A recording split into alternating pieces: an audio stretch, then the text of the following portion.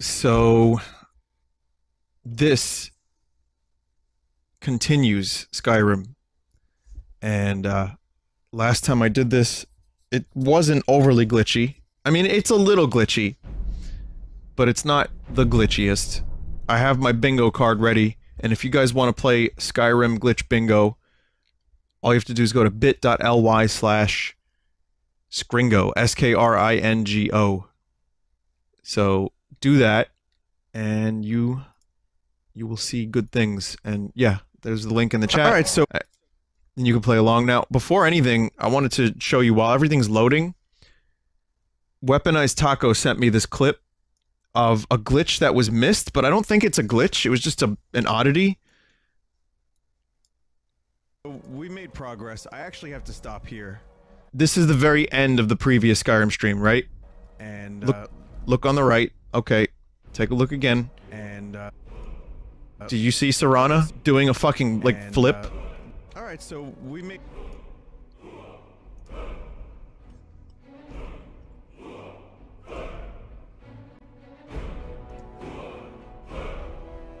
progress. I actually have to stop here.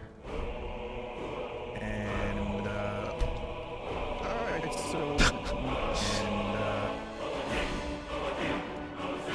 so this counts for the bingo spot, right? Of me analyzing a clip in slow motion. It's not a glitch. I don't think it's a glitch. It's one of those stealth rolls, but why would she do a stealth roll up the stairs like that when there were no enemies nearby? So, again, not a glitch, but an oddity.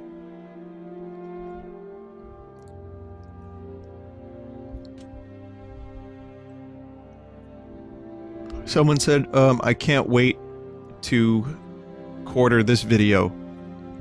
Well, the thing is, if you really want more Vinesauce streams, and you're upset I don't stream as much as you want me to, or if you're upset that the streams aren't longer, then, you know, how you could do that is you could just watch them at a quarter speed.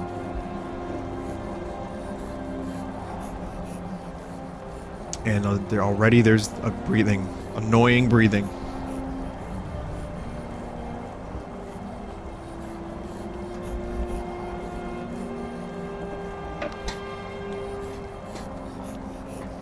Yep. Yep.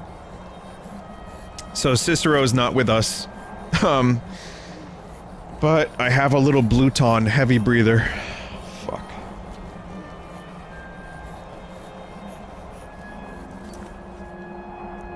Just doesn't stop. Use the bend will shout on the windstone. Okay, so currently I have to go to this windstone here. Okay, great. So we're just gonna go over there manually.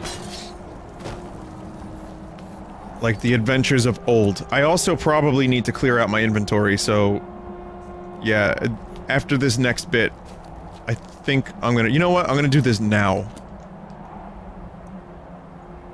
I have to go back to my character's house. I say my character's house because I wouldn't want to conflate myself with my character. I'm not him.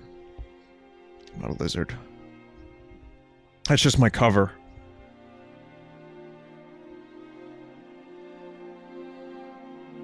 Vinny, I was watching the last episode of this after drinking 2 Mountain Dews and I was so fucking wired. Thanks for the info. That's good info.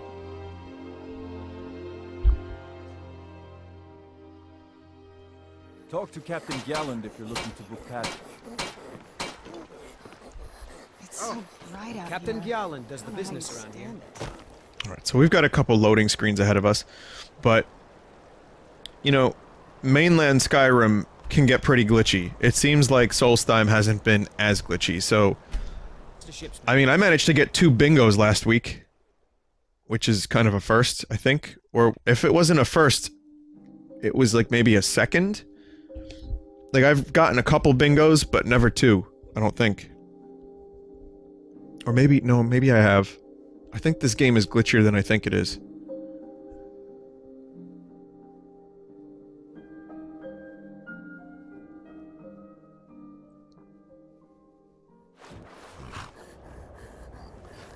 Vinny, as someone that's pretty new, can I have a breakdown of Vine vocabulary? All you need is yacht. All you need is yacht. All you need is yacht. Yacht. Yacht is all you need. And you have to say it with a similar amount of, no emotion in your voice, and then you got it.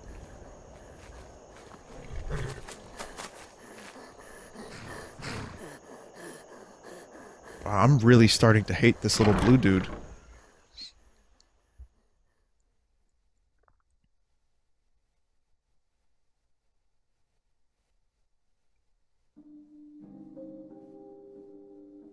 You'll catch on. Yeah, just keep watching the streams, you'll eventually catch on.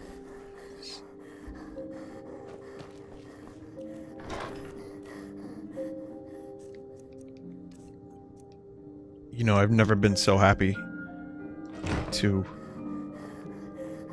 enter my house and go into a treasure chest.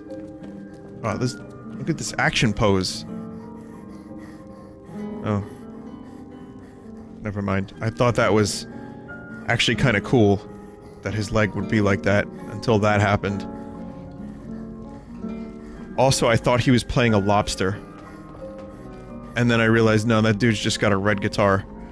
Honor to you, my Vane.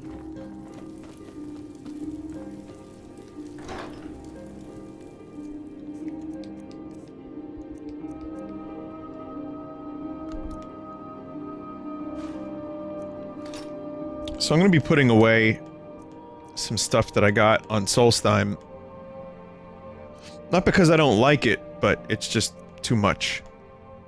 Like Soul Render, it's cool as fuck. It's just, there's too much.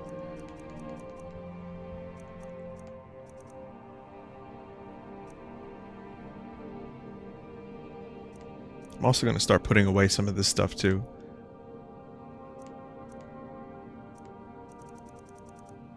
Necklace of Sneaking.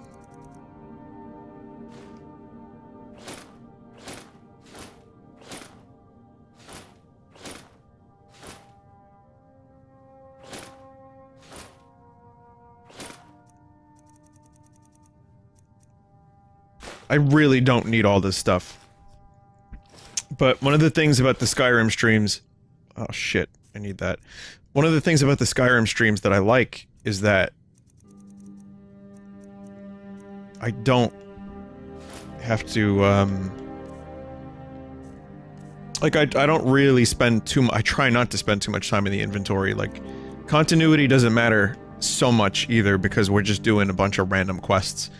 But the other good thing is, since I'm doing the Dragonborn DLC, everyone's caught up as of, like, 3 streams ago, so even though I haven't been doing a ton of continuity, you can still kind of figure out what's happening. And to be honest, this isn't a game that you need a whole fuckload of backstory for. I mean, to appreciate stuff, yes, but I think you can just enjoy watching and enjoy the glitches, and you will be more than pleased.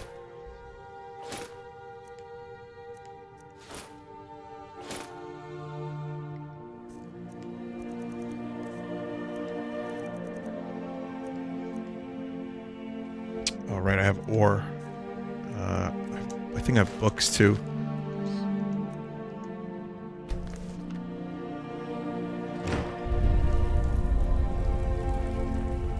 Fuck. I didn't actually mean to read that.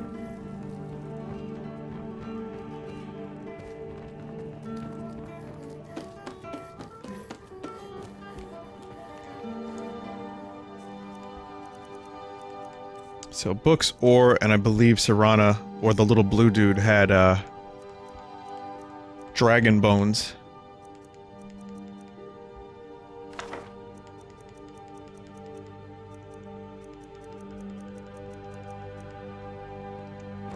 Okay.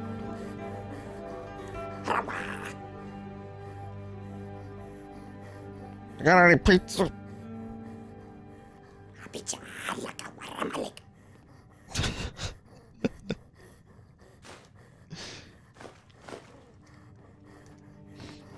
I think most of the weight is coming from, like, potions. And now, the dragon bones shall be banished to the chest of no return.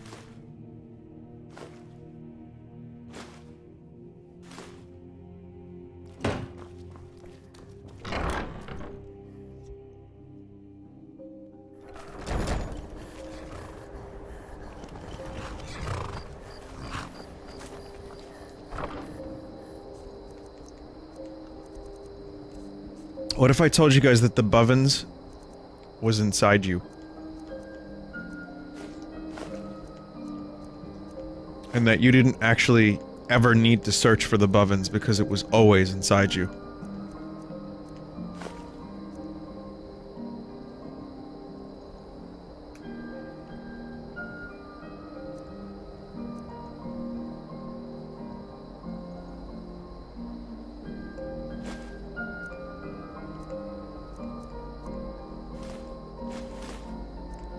Oh wait, no, it's not like that. No, it's not like... It was inside you...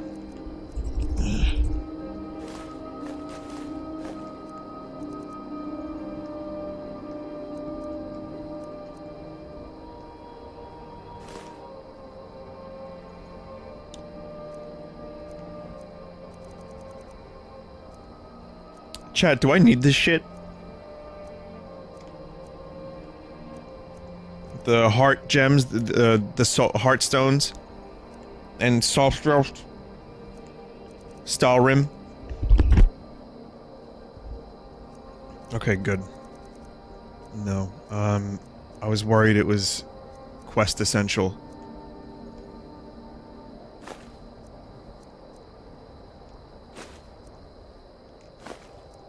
Throw this in here. I'm sure it'll be safe. All these gems. They're jewels! They're jewels. I'm positive all of these gems will be safe out in this treasure chest that doesn't have a lock. That's just here outside, out in the open.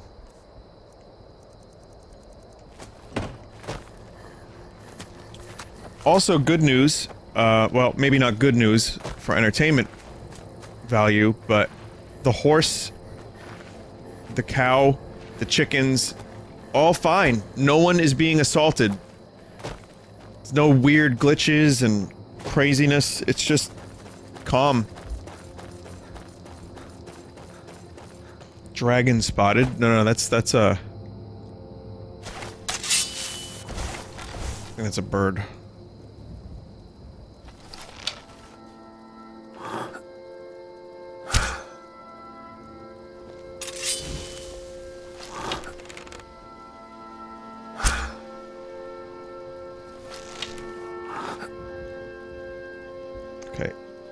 Can't miss this. Otherwise... What the fuck happened? Did you see that? Does that count as a miss? It hit an invisible wall.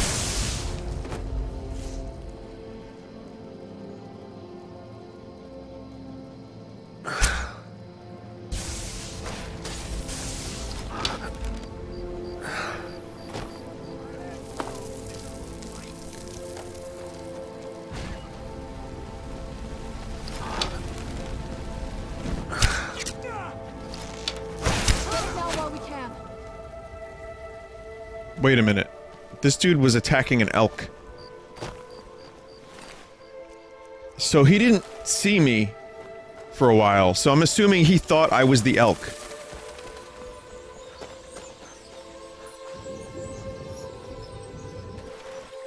Are those bats?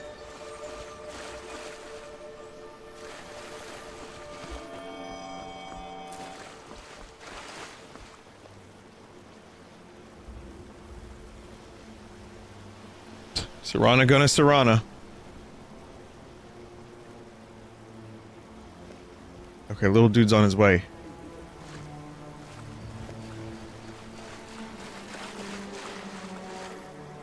Good shit. Nice work. See, now, instead of swimming, the Reekling just decided to run across the most narrow passage. Wait, what's this?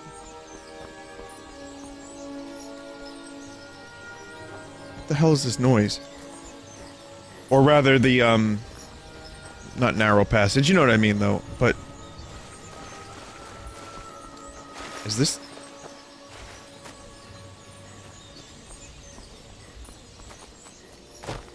It sounds like birds or bats or animals or something, but... I think it's trying to speak to me. It's trying to give me a shout.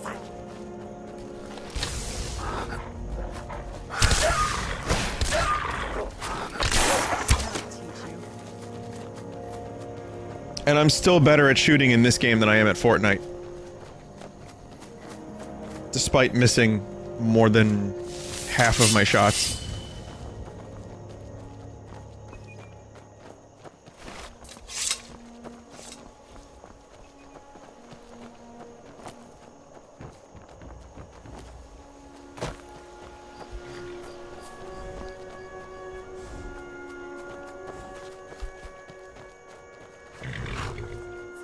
Okay, everything here's good. Everything's normal.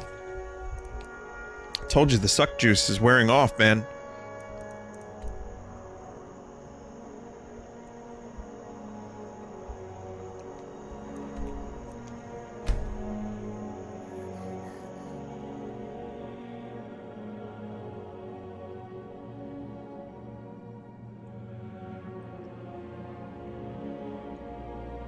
Bring back Cicero for the sake of my bingo sheet?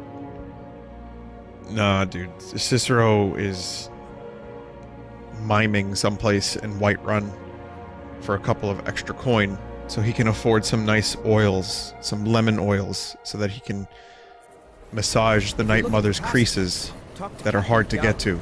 If you're looking for passage, talk to Captain Gowland. Why are we standing so close, though? Talk to Captain Gowland if you're looking to book passage. This must be that beautiful Skyrim weather I've always heard about. It's not really Skyrim anymore, is it? But that's fine.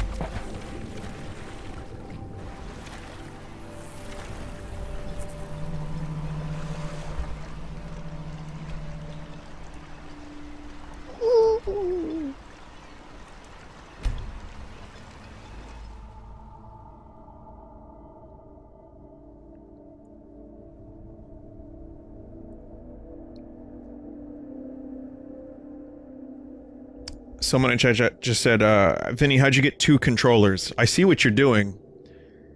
Which, by me seeing what you're doing, is a bingo slot. Because that was a good attempted bait to talk about what controller I'm using. And that I am in fact using a controller, which I recognized, which counts as a bingo spot. But I've taken it deeper and I've recognized that it's a bingo spot, so now there needs to be another spot going an extra level. Or we could all just... Or we could all just be very sad.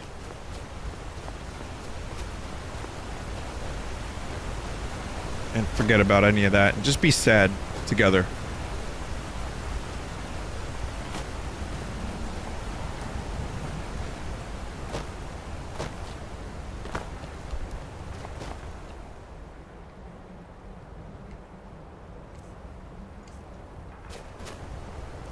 Let's see. I have to use the Bend Will shout. Bend Will! Will Riker?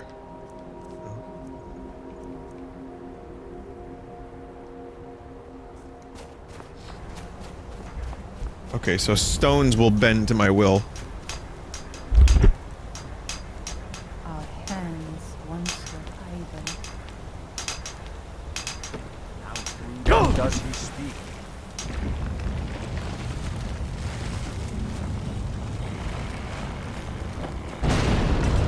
Cool moment, punctuated by a breathing reekling. Holy fuck. Kill you!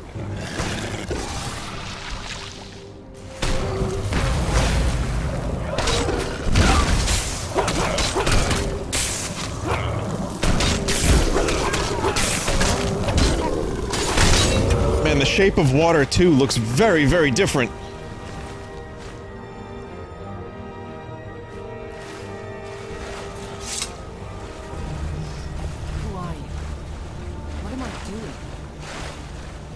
Wonders am I doing out here at this hour? Spell has been broken.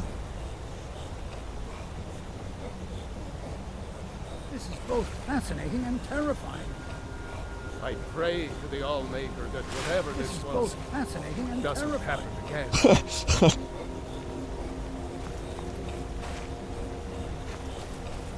Okay, goodbye. No.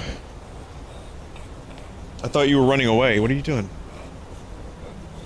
I pray to the Allmaker that whatever this was doesn't happen again. Runs away, and then comes back immediately.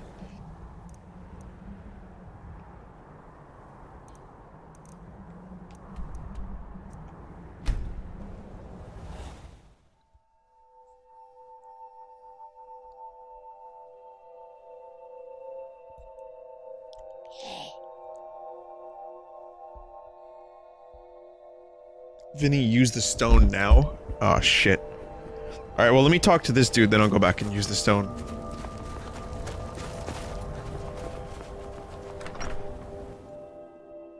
So, you know, if you haven't been watching these streams, dragons and some dude who was born of a dragon, and, you know, he's a dragon. And he can talk to animals and stuff, and he tends to find himself in precarious situations, leading to Benny Hill music. Benya Heal. You have prevailed. I can feel it. He is the soul of a dragon. He wasn't born of a dragon, you know? You have prevailed. So it is. You have proven yourself an ally to the Skull, and so the Skull shall be allies to you.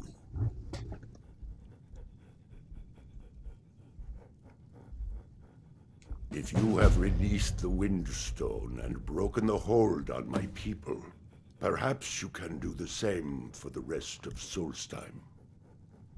I doubt it will fully stop whatever Mirak is doing, but it may slow his progress. I cannot help with that. None here can.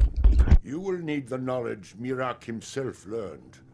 You will need to learn more about this black book. Someone in chat just said, holy shit, did they get a 7th voice actor in Skyrim? 8th.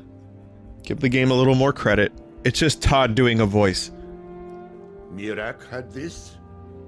This does not look like something of the dragon cult. It is a darling, unnatural. I would have nothing to do with it.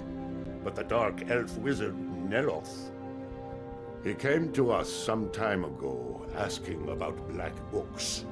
I believe he knows a great deal about them. Perhaps too much. Seek him out to the south. Be cautious, Dragonborn. There is something else at work here. Our traditions do not speak of them, but they and Mirak are connected. You read a black book and saw him. And the book's power comes from the same dark source as that which corrupted the Windstone. But beware, you are now walking the same road as Mirak. Serana gonna Serana. Serana wants to have, a pint. He also is searching for them. In fact, he has already found one. He showed it to me when he came here. It was very like the one you found in Mirak's temple. A thing of dark magic, not of the Allmaker.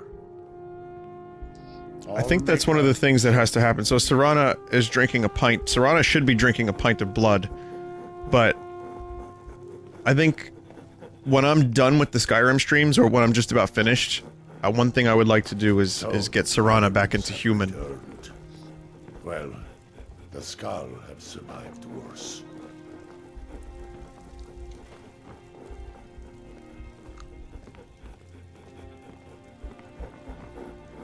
Oh no, she's no, still in there. What are you looking at? You like these clothes? He wants to wear people clothes.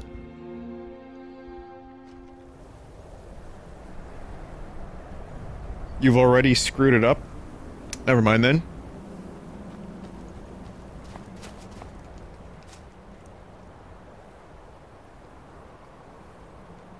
Okay, so I gotta go to the mushroom house, but before I do that, there was the stone thing again. I need to touch the stone. Maybe return the slab.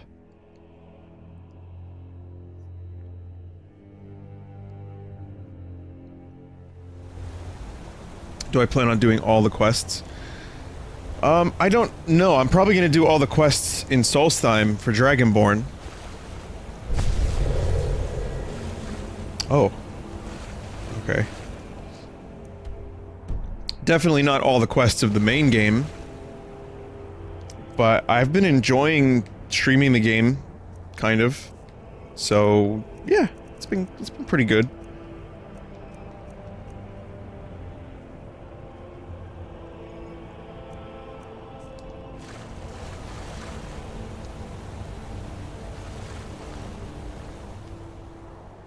I'm sorry, what did I get?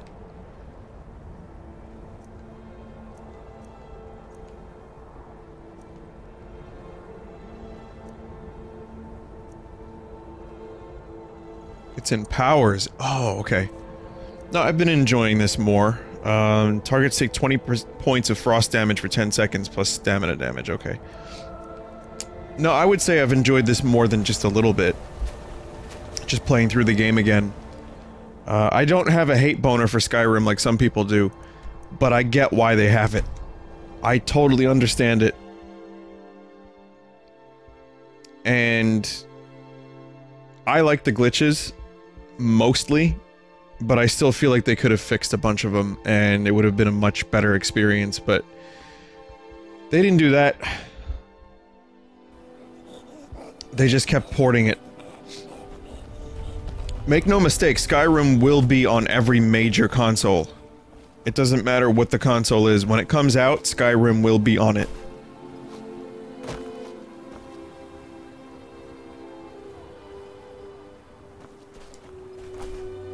And I sincerely think that it would have been on the 3DS if such a thing was possible.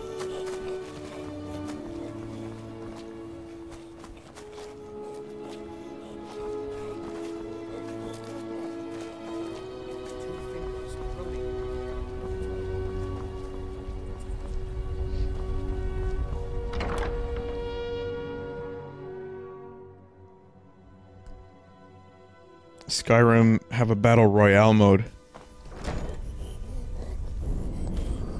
Wait until E3. Oh!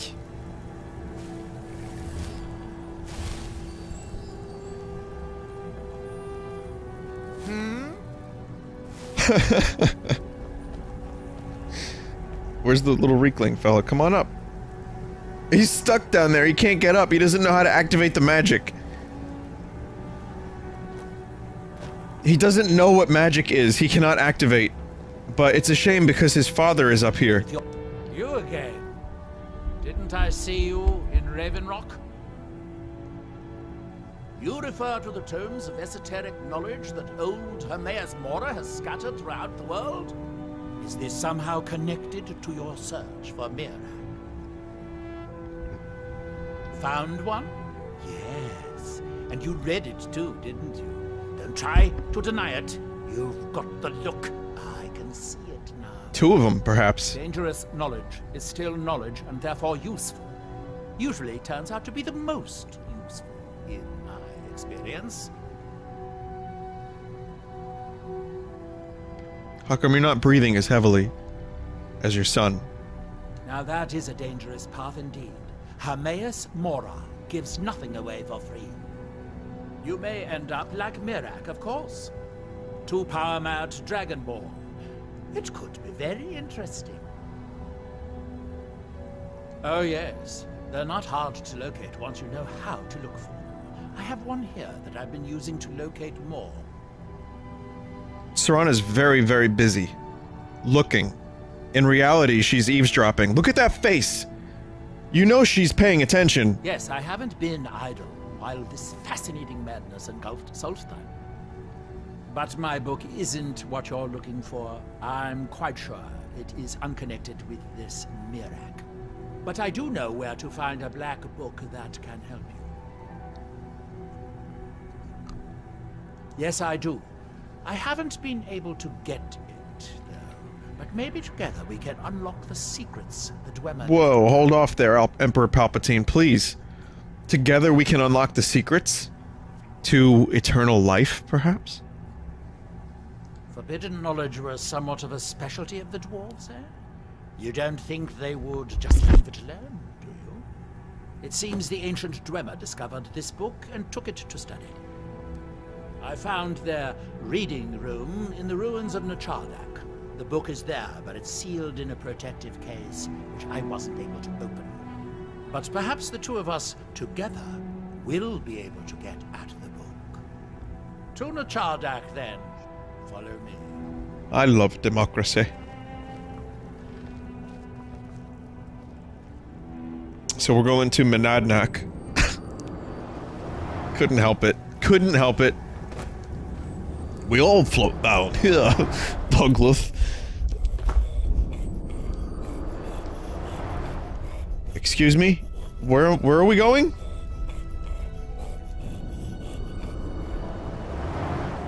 What is this series of events? What?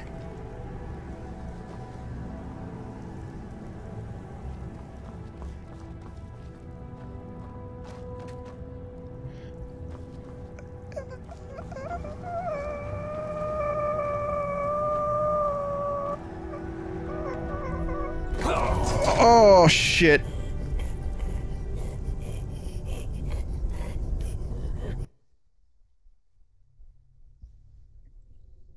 God damn it.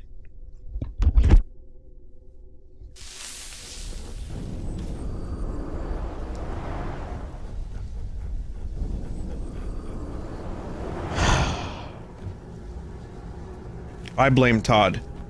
You again. Didn't I see you? You refer to the terms of esoteric knowledge. That's okay, this'll be quick. This'll be quick. That's right. You refer to the terms of esoteric knowledge that old Hermaeus Mora has scattered man. throughout the world? It's not letting me skip this. Is this somehow connected? Found dangerous knowledge is still... Now that you may end up like... Oh yes. Yes, I have... Okay, this was a lot quicker. But I do know where to find... Good, yes, okay. Yes, I do! It seems the ancient Dwemer discovered this book and took it to study.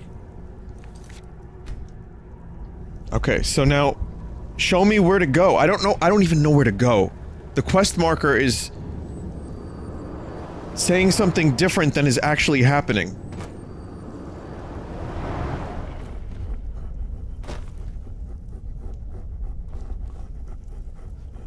Okay. Oh, that took a while. Alright, I see now. Okay, we're good. Vinny, you missed a Serana glitch? Watch the clips.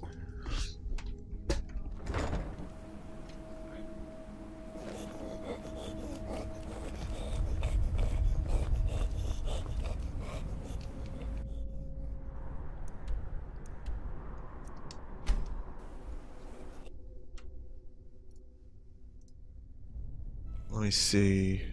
No, this is me dying. I don't actually see... What is this series of events? Shut up, Vinny. Your voice is so bassy tonight, Vinny. I didn't see it. If there was some kind of, Serana glitch, I did not see it. Vinny, it's like you're traveling with a pug.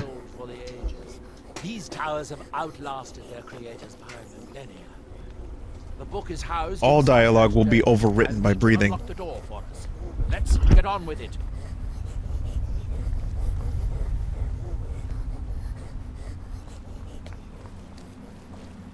Wait, you're following me? Oh man, I have 3 followers. You know what happens when you have 3 followers? Glitches.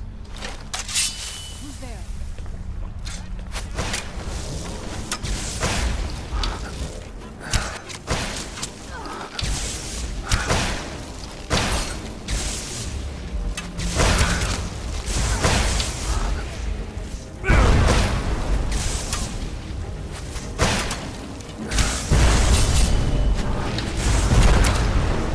God damn it. So this is where using a controller isn't exactly the most conducive.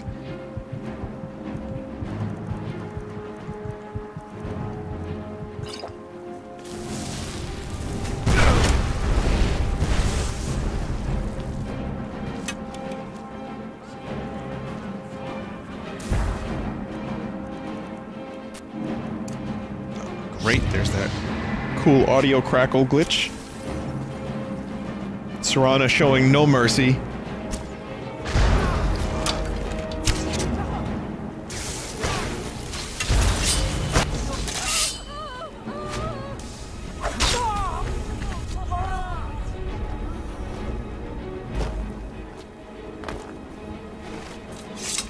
What the fuck is going on here? This dude just smelly?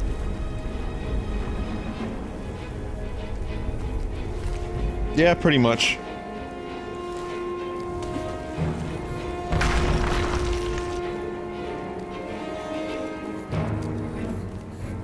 Since one cannot smell in video games, stank has to be represented by a series of little clouds.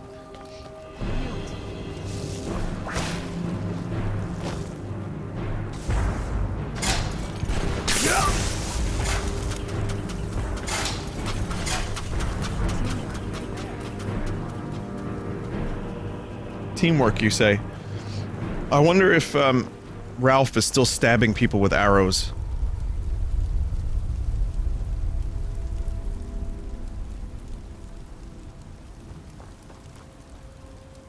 Do you have the item? Here we are, Nchardak. The book we're after is right inside that dome. Shall we get after it? Yeah. Do the thing.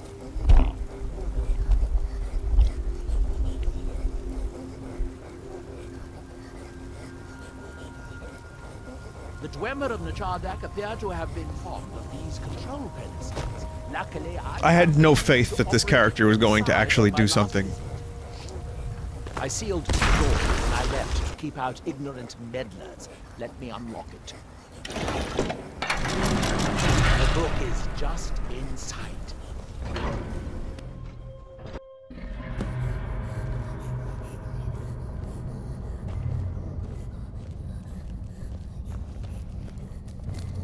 So tantalizingly close. But trust me, no magic will open that. I'd have had the book already, if it could. No, we'll have to do this the hard way. If we can restore the steam supply to this room, I'm certain I can open it. As you'll see... Do you miss Cicero? I miss him now. I'm starting to miss Cicero every breath that this blue Reekling takes. Every breath he takes. I miss Cicero even further.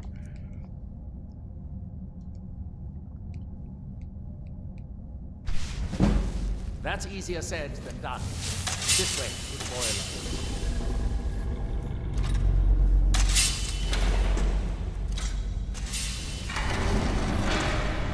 Especially, yeah, no, I think to myself when I hear the blue dude, I'm like, ah, te estoy velando.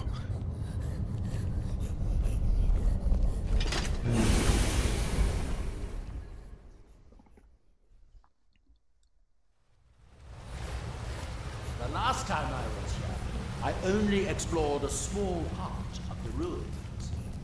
I was here alone then, and I found an assistant is absolutely essential for this kind of dirty, dangerous work. Yeah, I have a couple of assistants. I can relate. The problem is, one of my assistants doesn't shut the fuck up. Nchardak, the city of 100 towns. In its day, it was the largest of the great... Two of my assistants don't shut the fuck up. Most advanced. In the old stories, when the Nords came to conquer it, it said that what a nice noise that is. our city would meet the sea until the invaders gave up. I have my doubts, but the city was a marvel of Dwemer engineering. Now reduced to this. As you can see, most of the lower levels of the city are flooded, but it isn't hopeless. Old Dwemer pumps still seem to work. Watch.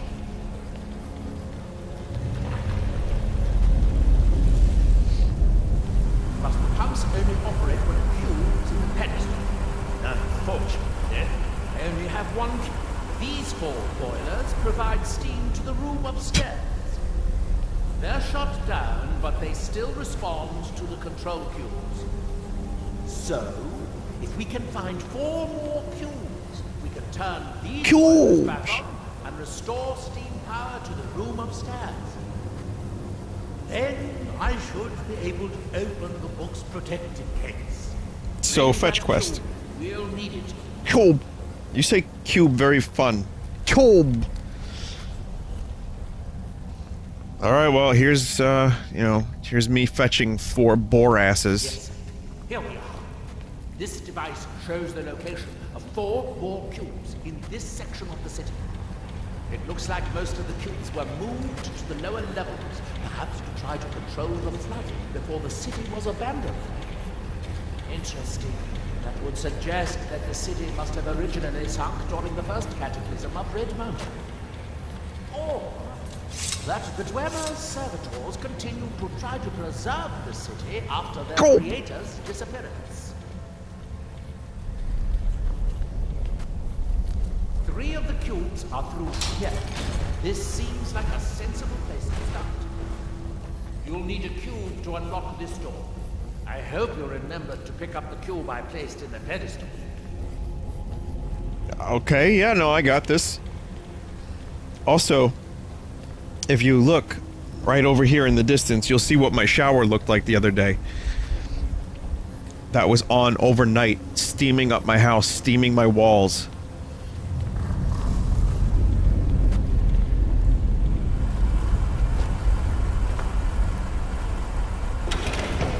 My walls are so clean right now.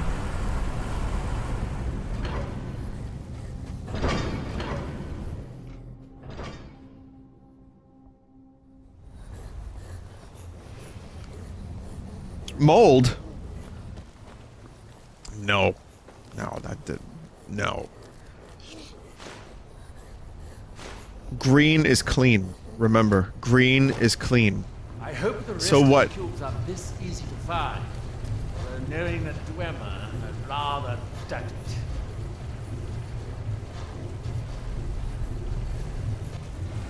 So what? There's little moss growing on my walls.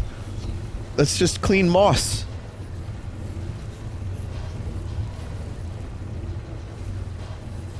Okay, now, little mold never hurt anyone anyway, right? I have mold. It's going to kill me. I think I just went through a bunch of different stages there. There was like anger, denial, and then finally acceptance.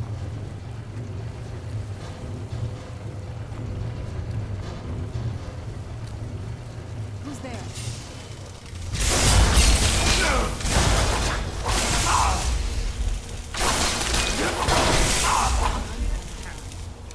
How does one get their house tested for mold anyway? Someone in chat said you have to get your house tested.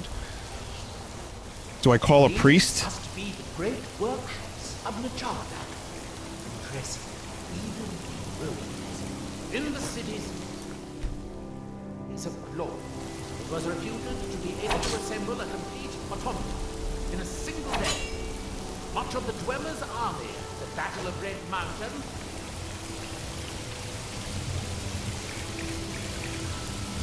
Serana. Oh, Serana. it looks like we'll need to lower the water level to make any more progress. So I didn't realize I was going to be doing, the water dungeon from a Zelda game tonight. Find a way to get that next. Did Homeboy just walk off?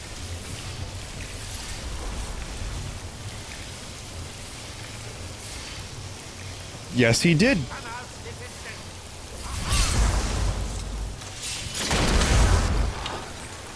Efficient.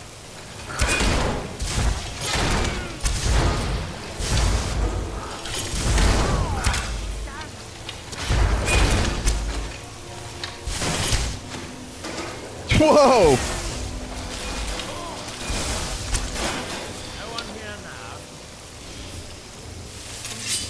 Alright, this dude is very powerful. Like, I don't need to do any of the work.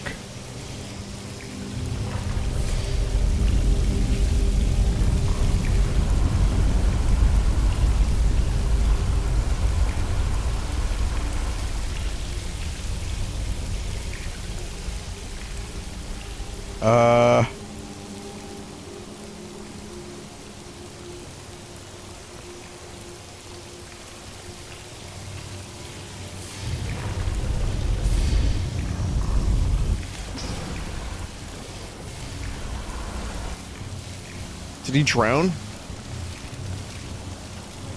Oh no, he's here. He's good.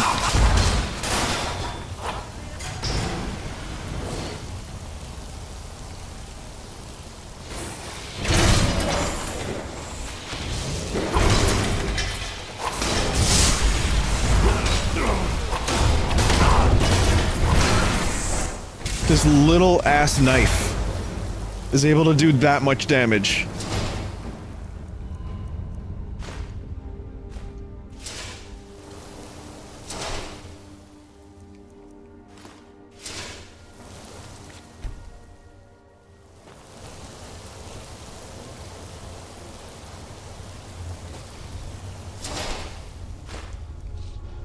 Like, knife on metal action, just, it doesn't seem like it would work, but it works.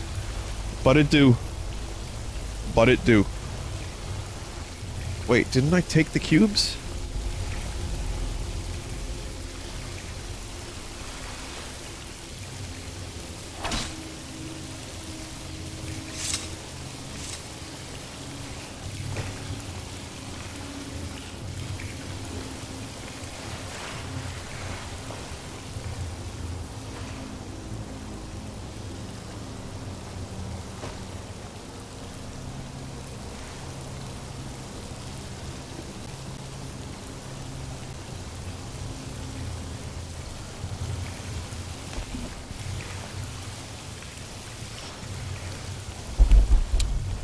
I saw an image on the internet that I'd like to tell you about briefly.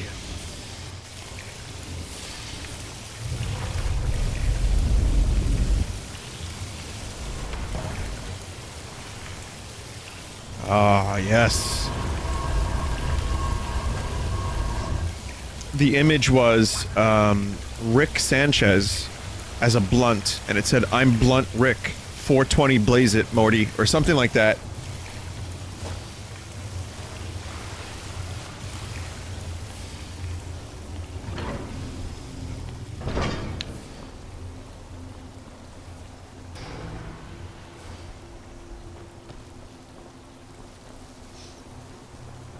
It's a shame. You know, Pickle Rick was the worst thing that could have ever happened. It was a good episode, though. I didn't dislike the episode, but just Pickle Rick's very existence was a mistake, I think.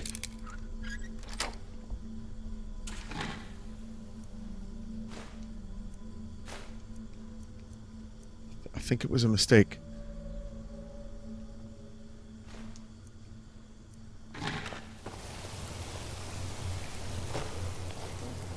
Blunt. I'm Blunt Rick, Morty. It was good. It was good. But it is also, you know, it's a day of weed smoke and fun and joviality, so there were all manner, there's an assortment of blunt-related activity on the internet this day.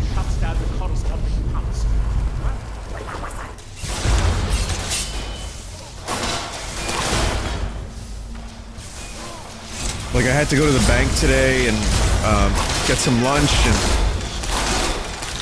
replace the battery from my my key.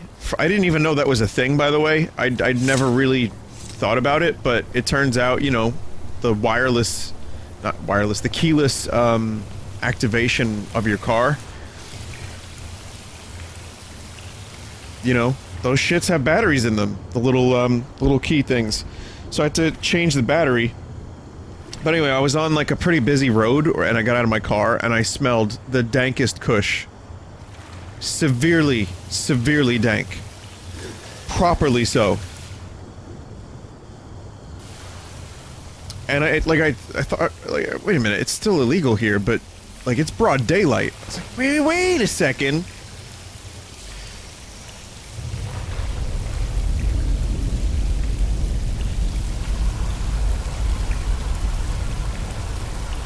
Serana gonna Serana, yet again.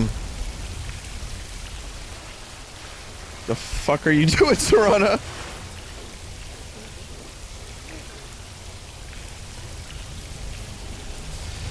It just now finally struck me that there's a very good reason why that dude was hitting the kush in broad daylight in his car at a red light in the middle of like a fairly busy street that cops are on quite a bit.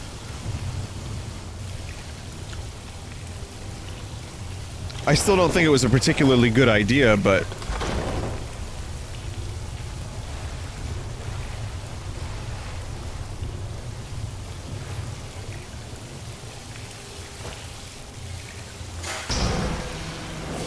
I understand the reasoning a lot more.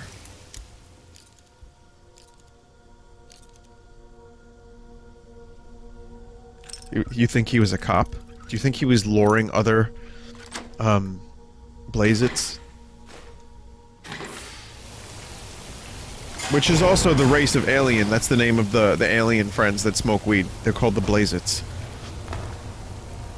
No, but how could that even, like, I'm trying to put that together and actually try to make logical sense out of it. Like, what if the dude, like, pulls over? That's actually a pretty... Let's see where this leads. It's pretty genius if you think about it. Cop pulls over, you know, smoking in his car. He's like, yo, you want to hit this? There's a passage up there. And then you go to hit it, and then you just immediately get shot. Higher.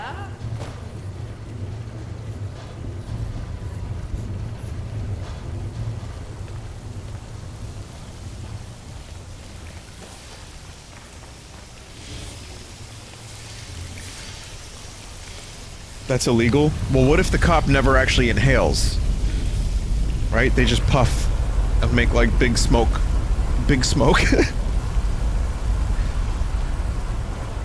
the water level this high, we can swim across the collapsed part of the passage and reach the other side. What if it's a candy cigarette? Oh, you talking about those ones that you could eat that were really, not that tasty, but it was a novelty?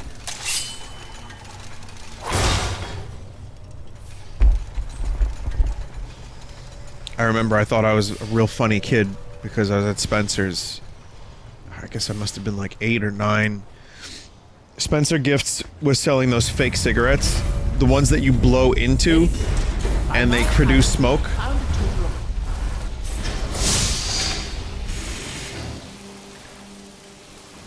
So I acquired these Jape cigarettes and then pretended to smoke one nonchalantly in front of my grandmother, and she actually thought, she really did think I was smoking a cigarette for a minute, and she got very, very, very loud and nervous.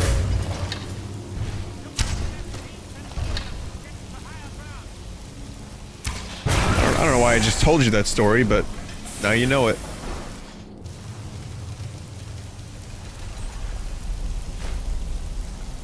I'll have to get someone to bring this to my house.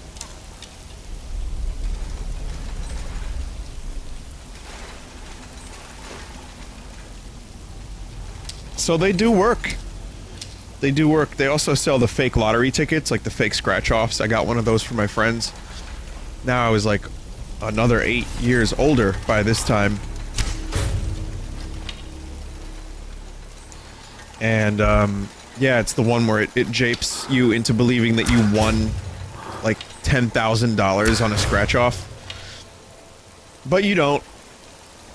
It's just, you know, it's a prick device. If you want to ruin your credibility with your friends, that's a good way to do it.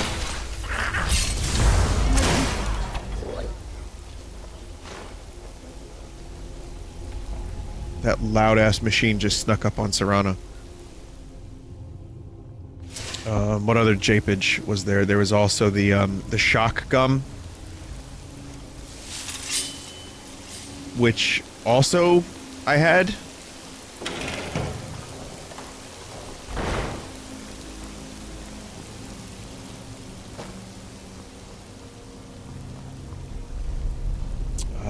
I don't remember if I got anyone with it, but it did have a little bit of a shock. The fake dog poop, always classic. I'd say that fake dog poop is probably the most classic comedy prop of all time. Like that, I'm not saying it's the best, but it's definitely the most classic. It can be the best. Stop that!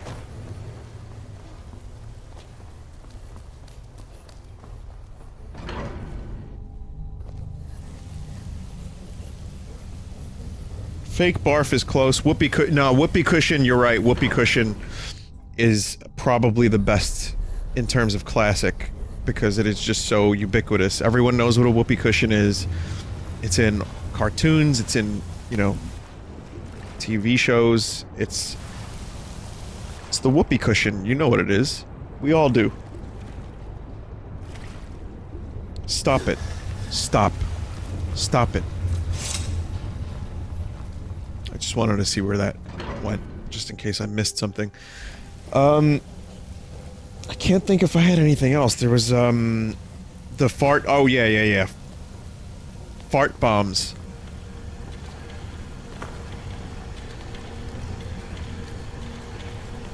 Am I right? You'll need to lower the water level before we can proceed any further.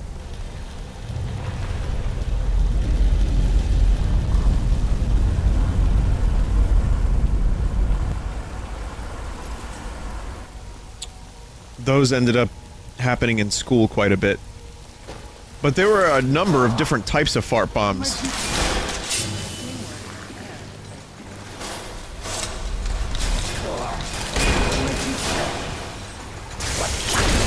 The ones I'm thinking of were in these like little like glass containers that you would throw against the floor and they would shatter, and then you would have fart smell gas. But there were other ones and various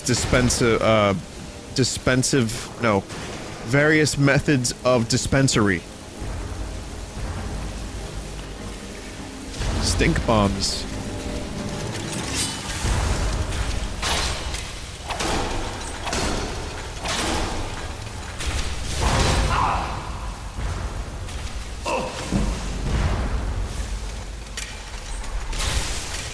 Liquid ass? Yeah, that was the name of a product. There was a product called Liquid Ass. You want to hear the worst example? And this is sadly a true story. I kind of wish it wasn't a true story, but there was a kid that I went to school with. I don't remember which grade this was. This could have been 5th or 6th grade. Like, my memory gets jotted when there are certain... It gets yachted. When there's certain stimulus, so just thinking about fart bombs brought me back to maybe 5th or 6th grade, or maybe even a little younger, maybe 4th, when there was someone in my class who...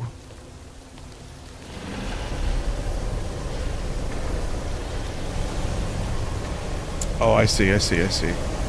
There was someone in my class who actually stepped in dog shit on purpose on a couple of separate occasions because he thought it would be funny to make the class stink like dog shit.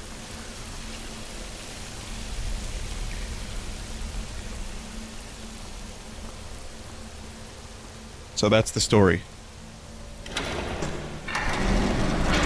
There's nothing more to the story, but that happened.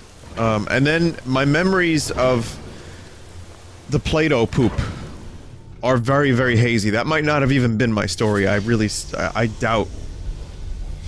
I don't know, man. Memories lie. They do, though. And my serious problem with memory is that it's just like, did that happen to me or did that happen to one of my friends?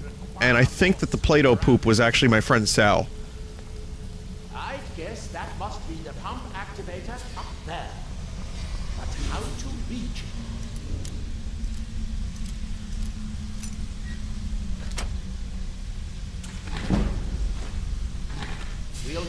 get all 3 of these bridges down in order to reach the pump control. I think Serana learned some new moves because she's stealthing around all over the place and doing rolls and shit. And it's been like way more than I've ever seen her do this stuff. You want to know what Play-Doh poop is? There was a grate. As I remembered, there was like in the boys' bathroom there was a grating, like I think it was a vent, and someone pushed poop inside of it, and it was like Play-Doh, like when you put Play-Doh through one of those molds, and people were wondering where the smell was coming from, but it was there. It was inside the vent. That might not have happened to me, and I think I've told that story on stream a couple times, but I'm now embarrassed that I don't know the validity or accuracy of the story in regards to my own life.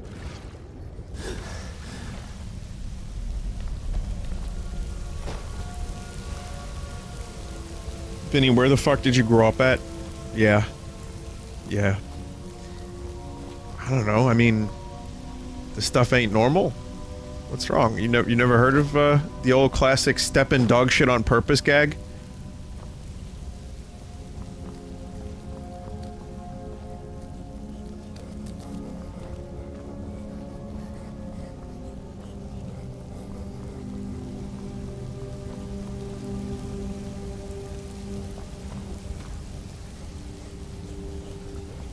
We'll need to get all 3 of these bridges down in order to reach the pump control.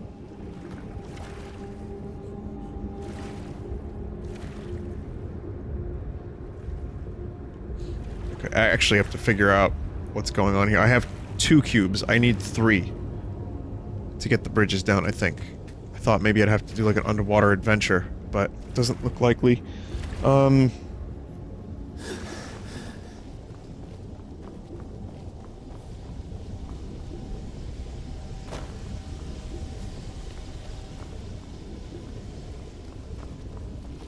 You need 1?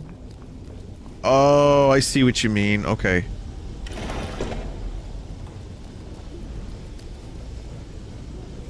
These are switches.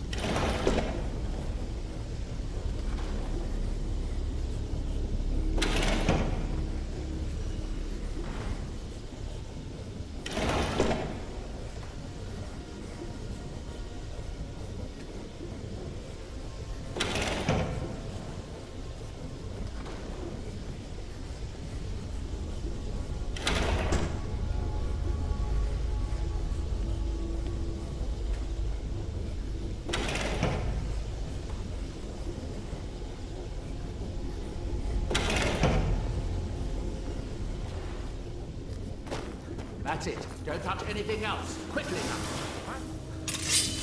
Quickly now, that!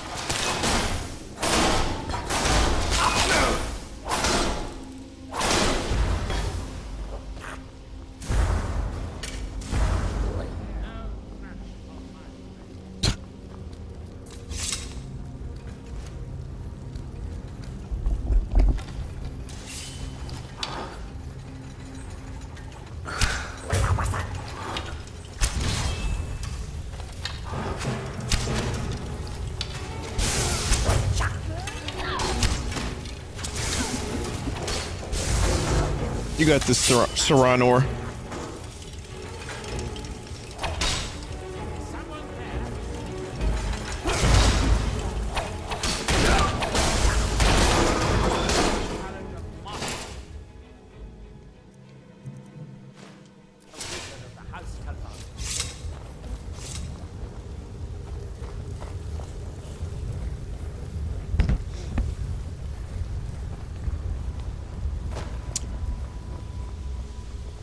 What other prank toys were there? Just since we're going down memory lane. What a mess. I'm getting tired of waiting around in this muck. I think the mold is finally... it's finally taken hold on my brain.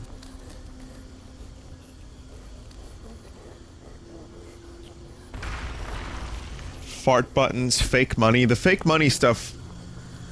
there's only so accurate you could get with fake money. I'll wait here and retrieve this cube once you find the last one within. Good luck.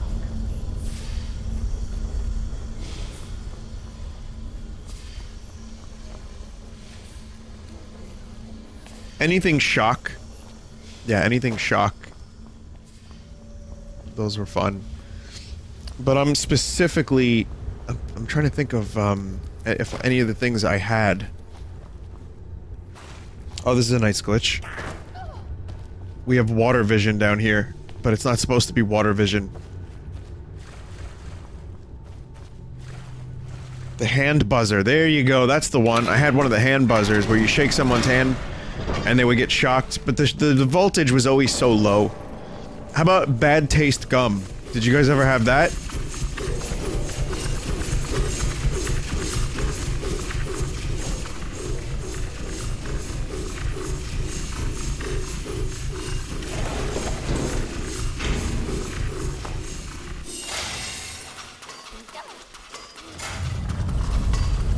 Serrano went from, like, hurt animation to sassy in 0.3 seconds.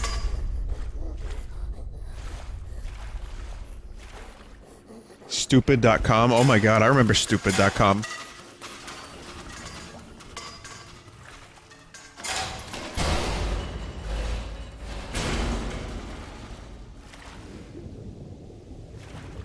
Do you have the cube? Good, good. Then I'll take this cube and we can be on our way. Be on our way.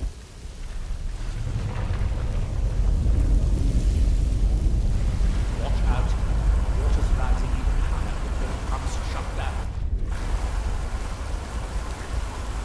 That was easier than I expected. I'm glad you were here to do all the hard work. With the cube I retrieved from the pumping pedestal. Excuse me, how can you do this? Finally... Stop that! I'm not doing anything, you're talking underwater, dude! You stopped it.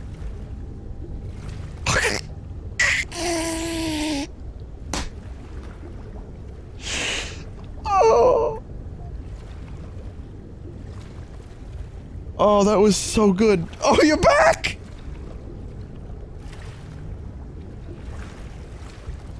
What? You can't just keep doing that.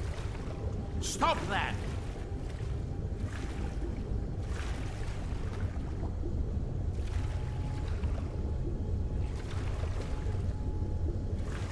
Watch where you're going. You had more you were saying? I mean, you were saying it underwater, but please, do go on. I could be down here forever. I have water breathing, son. Stop it. Stop. Stop it. So I guess you can breathe forever too. Okay. Oh, that's the I'm running out of air animation and I need to jiggle my way up as fast as I can to get a breath of fresh air. I see, I see.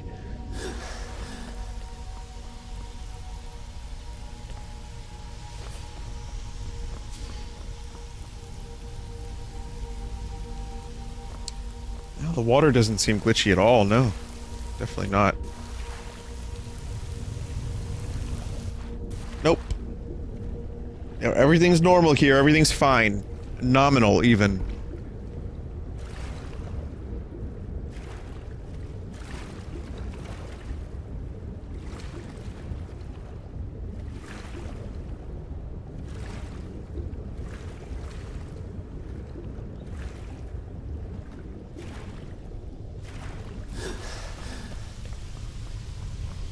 Alright.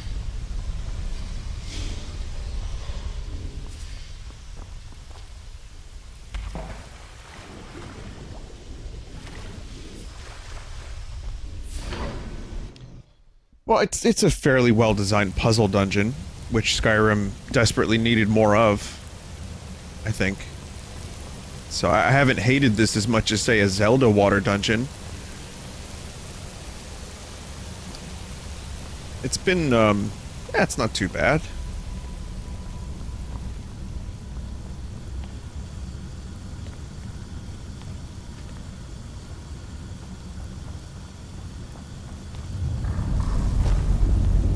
You'll need the cube I picked up to start all the boilers.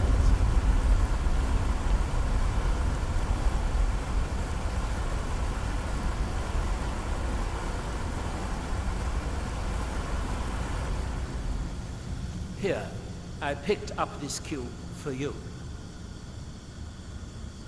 Shall we get on with it?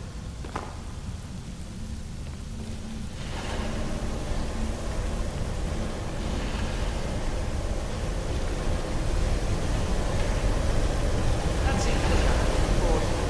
It took longer than I knew, but at least it's finally done. Look out! Another steam Centurion! We can just drown it.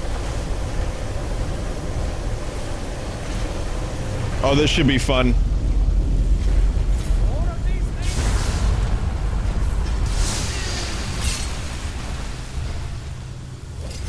Does it swim? Yep. Well, it just walks underwater is what it does. Whoa. Whoa, whoa, whoa, whoa, whoa. I am taking this fight way too lightly.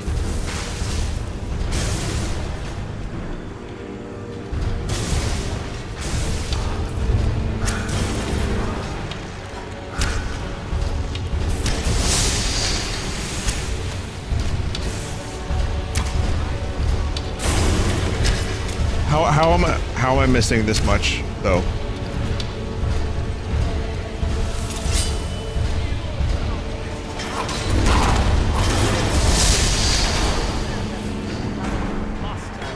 Awful. Going to head back upstairs to see if the reading has steam. So, it will be a simple matter to reduce the book.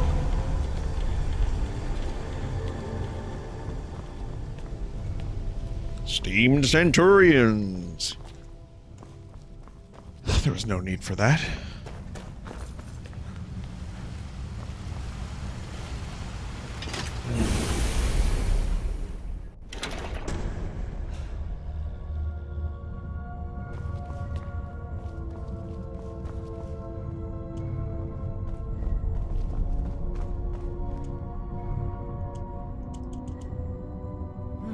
Still no steam. You didn't remove any of the cubes downstairs, did you?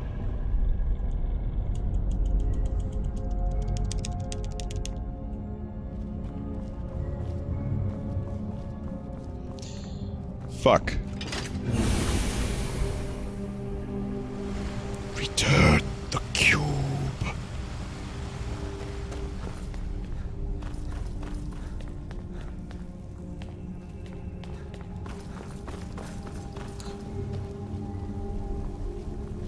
One time I stepped in dog shit.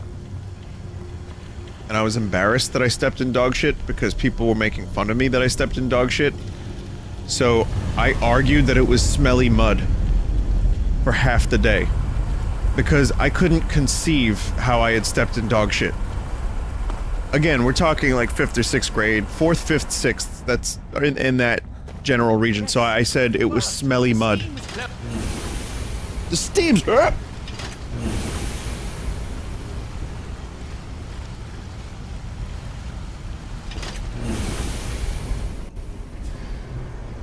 But then I copped to it, and I was like, yeah, it's probably dog shit. But it was very embarrassing, you know? Listen, I mean, unless you're the kid who stepped in dog shit on purpose, it's not a desirable thing. At last. I hope it was worth it. Please, be my guest. You deserve the first look. That sounds very friendly, Besides, thank it you. could be very dangerous. These books are known to drive many people insane.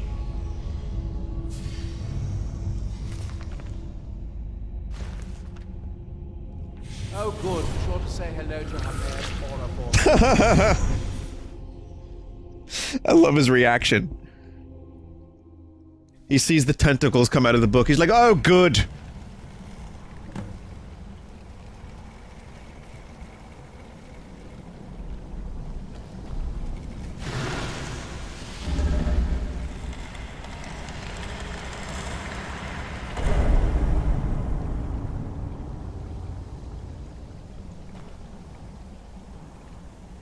These places are very cool. I don't mean that in like the J. Bauman sense.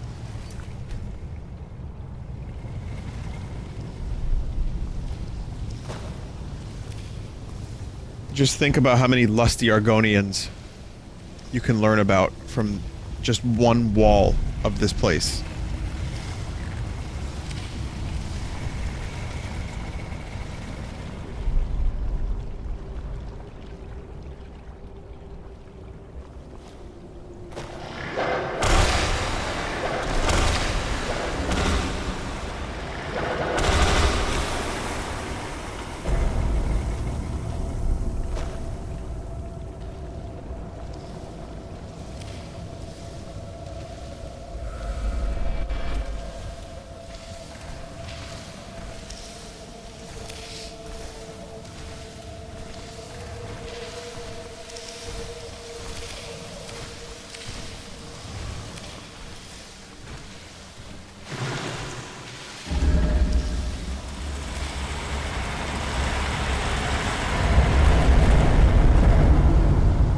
Open.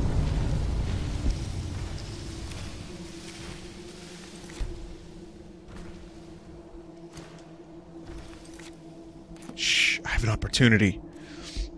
Now, while I'm doing that, let me tell you why I've been talking about dog shit today. Excuse me. That was uncalled for. I mean, my stomach called for it, but you didn't. Sorry about that. Oh, shit.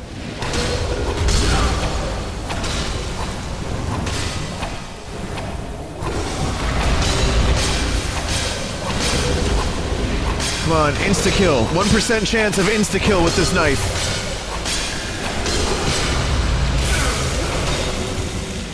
It's not happening.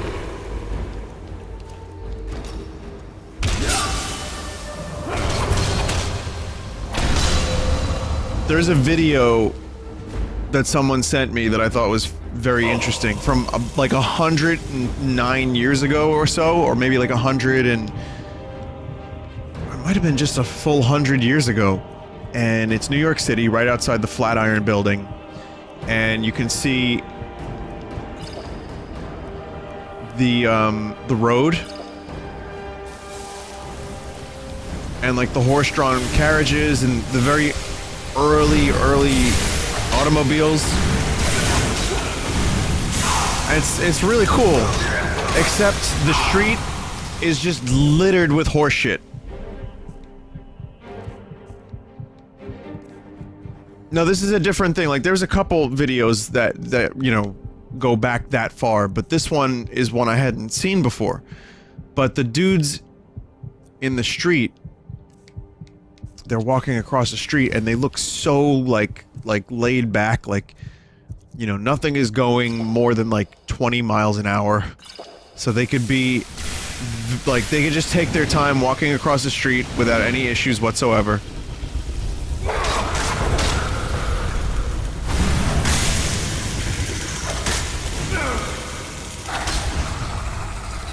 And there's so much horse shit in the street.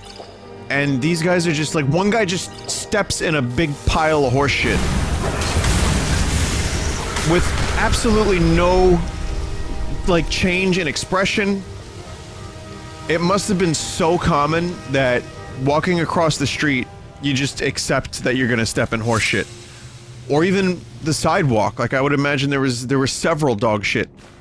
Or horse shit, excuse me. This isn't the one before the earthquake leveled the place. That's the one I had seen previously. That's also a very good one.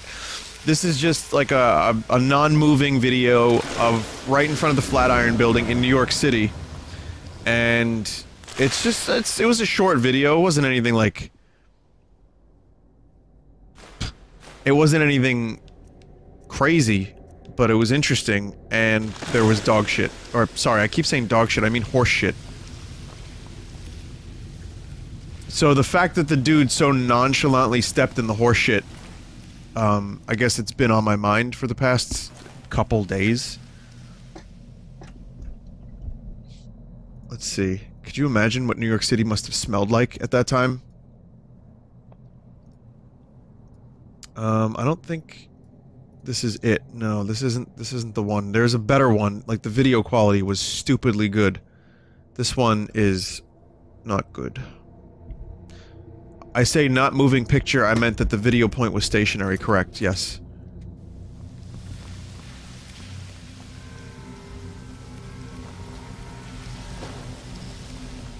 there's not much to see. It's considering I've just described it entirely. But there's a couple things that struck me. It's that everyone that was alive at the time of that video's recording, bar a couple people, like a little over a handful, are just dead. Like, that was a whole separate set of people. And we've cycled through other whole separate sets of people. So that was just one of those moments that I was like, wow. Okay. I was like, wow, what are we doing here again? Like, that's, yeah. And the other thing was that the Flatiron Building had been built in 1911, which it still stands. It's still a cornerstone building of New York City, and like very touristy. And it's a really cool, unique building for the city. So it was really weird seeing it 100 years ago. Like 7 years after it was built. But also, the architecture, like New York City, just the history of it is really interesting. Like, how early the development started and how it turned into what it is today. Here's another interesting New York City fact, just because I'm on a tangent, and why not? Otherwise, I'm probably not going to say anything. Is I was driving back from Boston back home, and as I was doing that, you know, you have to drive through, well, you don't have to, but my GPS took me through Manhattan briefly. So you go from, I guess, White Plains-ish, Sawmill Road. You know, I'm not really sure what the proper name of the location is, but I had to go through Manhattan. I had to take the George Washington Bridge. And so, like, for a little bit, like the Inwood area of New York City, it's like a little mountainy, and it's trees, and it's just undeveloped. Like for a full exit and a half on the highway. And I was like, that's just weird.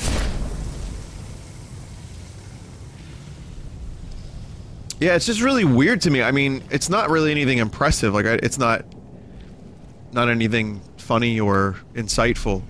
But when you think of Manhattan, you just think of, well, Central Park and a few scattered parks, and that's it. Otherwise, it's all development and buildings and rotting fish in the streets. But then, like, here I am coming back from Boston, and I was like, wow, there's a whole big chunk of this that is hilly and green.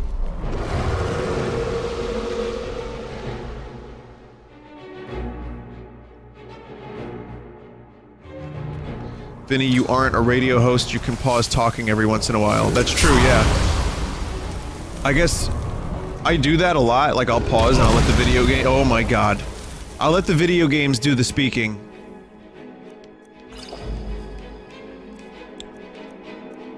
But you know, on the radio, it's like you can't have more than, what, 2 seconds of silence?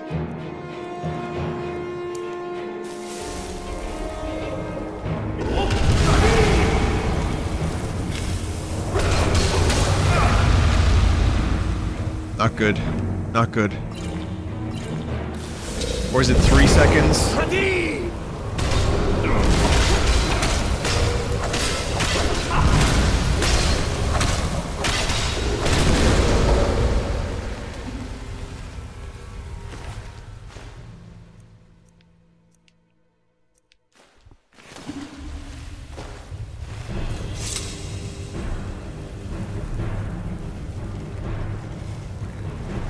Any thoughts on moments of silence in general in our culture?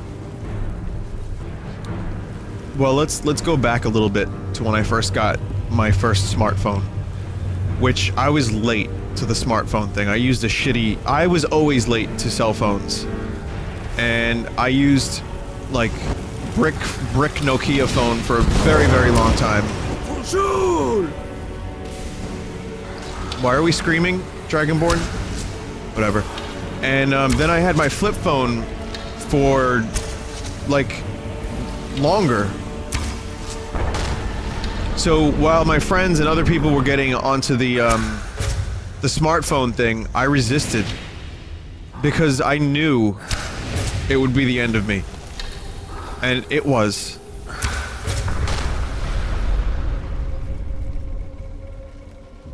So I think having access to a phone and the internet can actually help develop vices. It can really destroy some of the moments that are needed to reflect. People holding up a phone at every, like, moment at a concert is just... like, sometimes it's good to think and reflect and not be distracted at all moments. So I do think, a little bit of silence is good. That said, I still call it a god device, and, you know, now... Well, yeah, I want a cell phone. I just got the Galaxy S9 to replace my 2.5-year-old Droid Turbo. And it's a really, like, great phone. Like, I forgot what it was like to have a phone that wasn't slow as shit, and, you know, actually cutting edge and everything, and it's cool as fuck.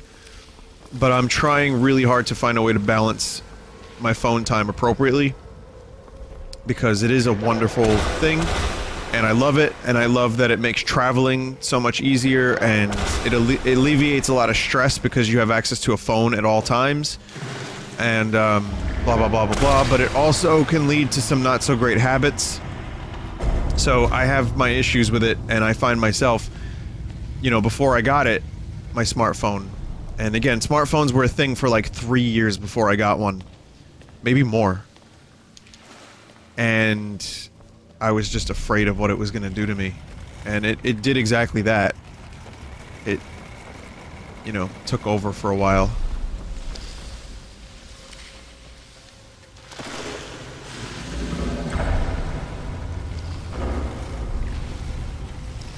If you weren't on the phone, you'd be on the computer anyway. That's a good point. I think you're right. But I also think that there's a little room for nuance there. Like, I go out a lot to get off the computer, to go away from the internet. I've specifically cut my social media way down. My intake of that is down, and I'll say that it's made me a happier person, and I'll say that it's really important for me to disconnect from the computer every now and then. So the fact that now I have a computer with me, you know, phone, when I leave the house and when I'm, like, outside or when I'm doing stuff, that can be also not so great.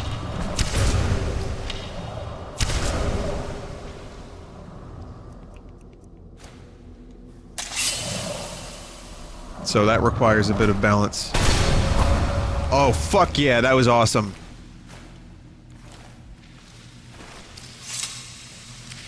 But yeah, there are times where I will, you know, when the weather's nice, I'll leave the house specifically to not be home, and because I need a break. So yeah, silence is good, but when I'm streaming,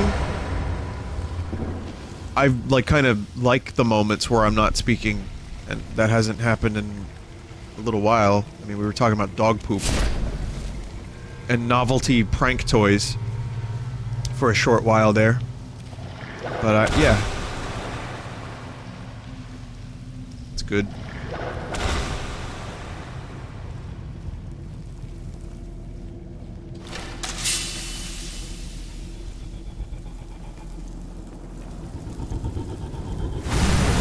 Oh, you fucker. I still got the sneak attack, though, somehow.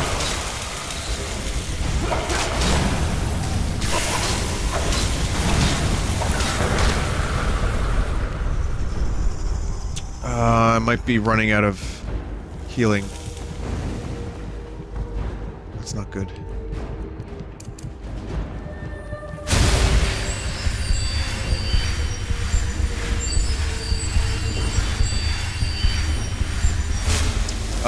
Vinny, I just started streaming and I found myself getting anxious during dead air.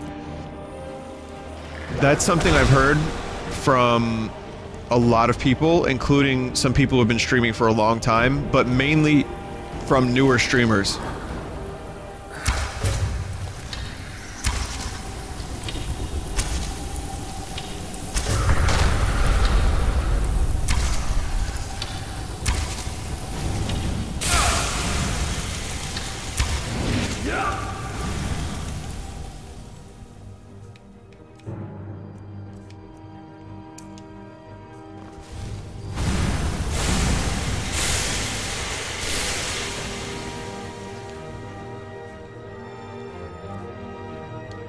Yeah, don't get anxious for dead air.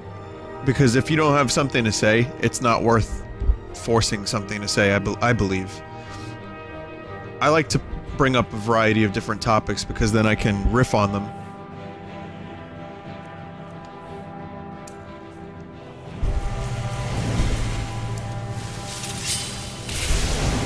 But if I don't have something interesting to say, I usually will shut my mouth for a little bit.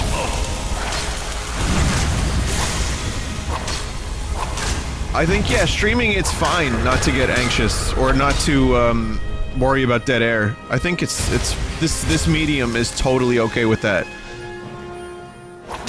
wish to kill me? Someone has already had that honor. Stop right there, criminal scum!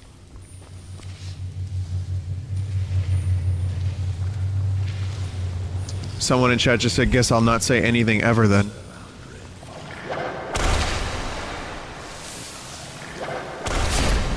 Actually, you joke, but there's a whole market for people for people playing video games on YouTube with no commentary.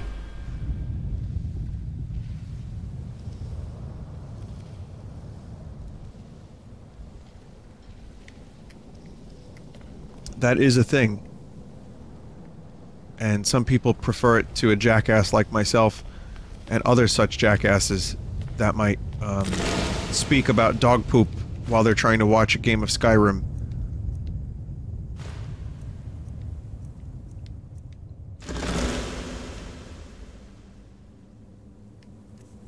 And you know, it's a good way to experience a game if you don't...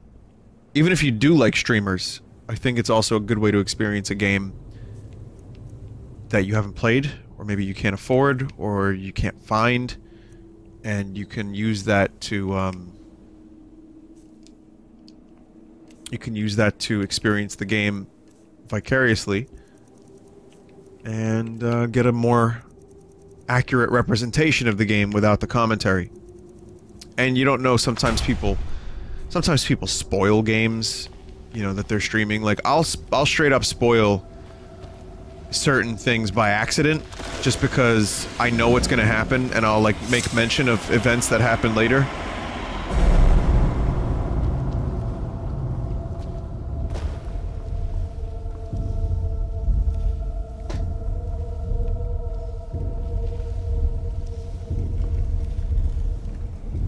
So here it is.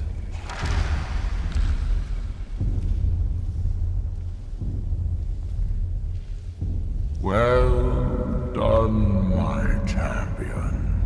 Your journey towards enlightenment has finally led you here to my realm, as I knew it would.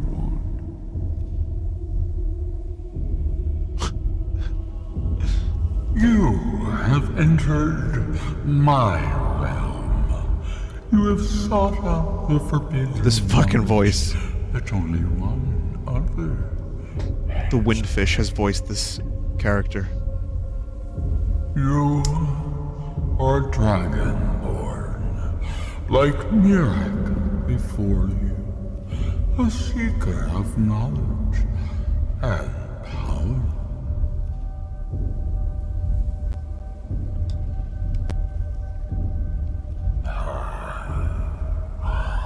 All that he knows, he learned from me. I know what you want. To use your power as Dragonborn, to bend the world to your will. Here then, use the knowledge you need, although you did not know you needed it. The second word of power is to bend the wills of mortals to your purpose. So that's what he did. This is not enough. Mirak knows the final word of power. Without that, you cannot hope to surpass him.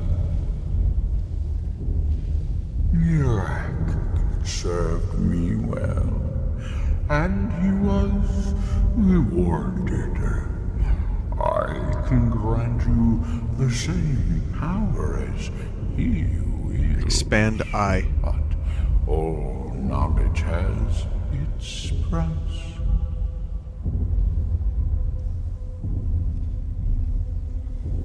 Okay, what do you want? Knowledge for knowledge.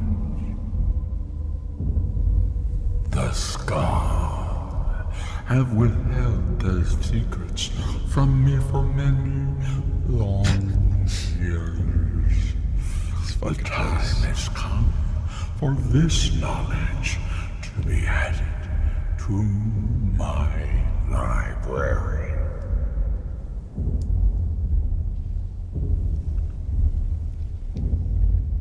My servant Nchardak would have found a way to bring me what I want.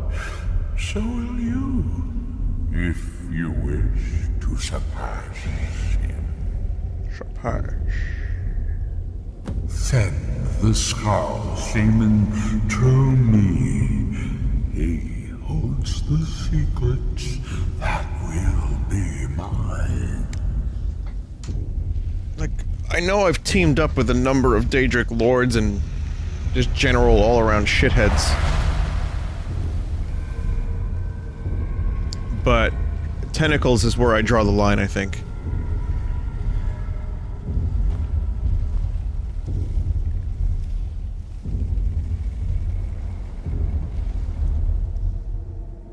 Your unrelenting force shout does more damage and may disintegrate enemies.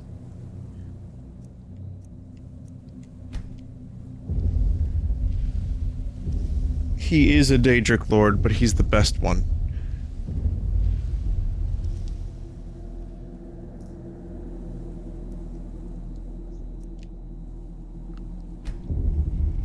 You mean to say I can disintegrate Cicero? Frost Breath shout encases foes in ice. I don't know, I kinda like this one.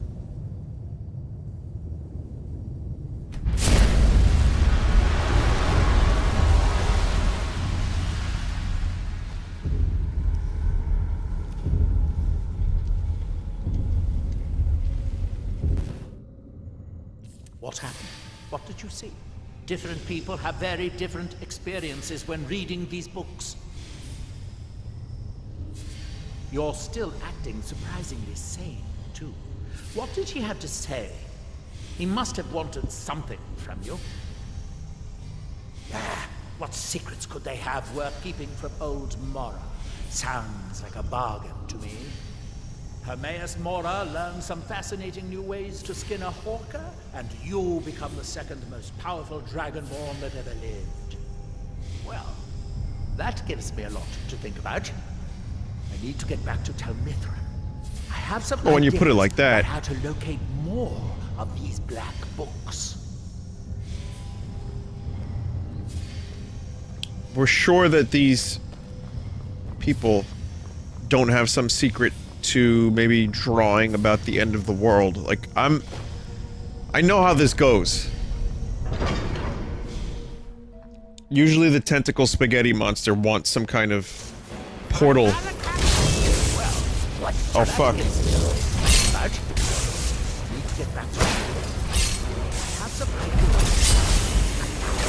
Really? Oh.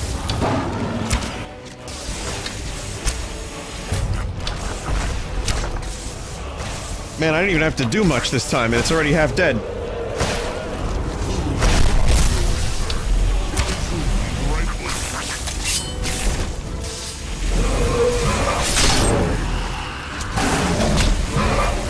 Yes, sir!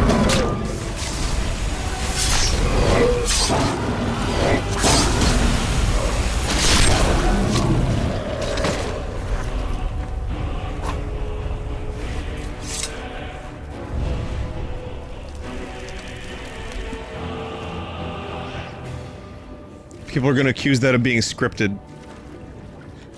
I made every single animation in that chain happen. Every single one.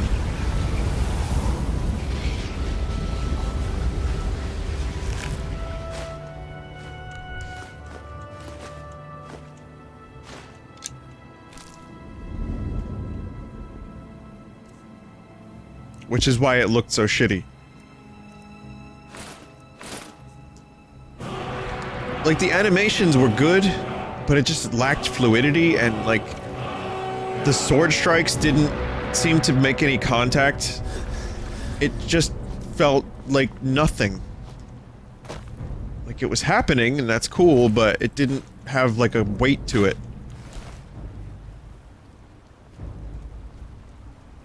The dragon was talking to me? Well, maybe the dragon shouldn't have attacked us first. Then we could have had a nice conversation, ending in rock, paper, scissors.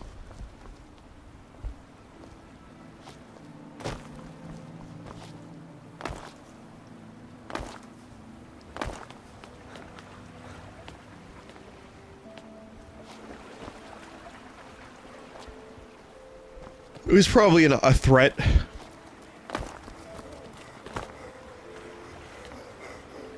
Oh, I had just gotten used to not hearing you breathe.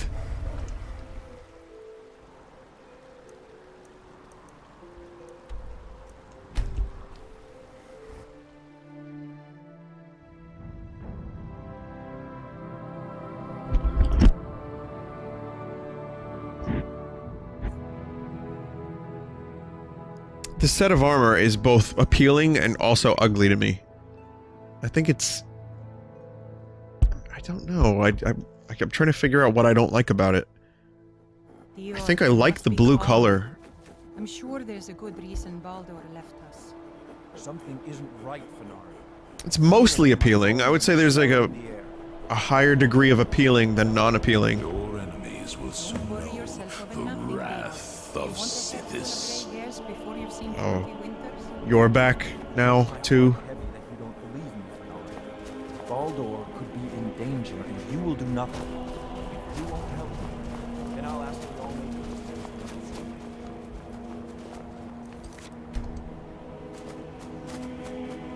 So the dragons have returned. Well, the Skull have survived worse. Hermes Mora. Old Hermamora himself. So he is the source of Mirak's power. Of course. We have many tales of Hermamora trying to trick us into giving up our secrets to him. And now he comes again for what we have long kept. Just gonna call him Herman from now on.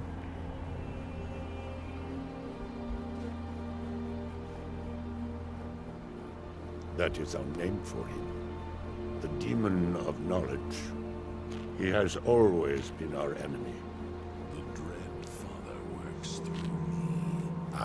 His work. Ancient lore, handed down from shaman to shaman since the All-Maker first gave Solstheim to the Skull. How to talk to the wind, how to listen to the earth. These are our secrets. Nothing of power or mastery Is yours. We know him as Hermamora, the Demon of Knowledge.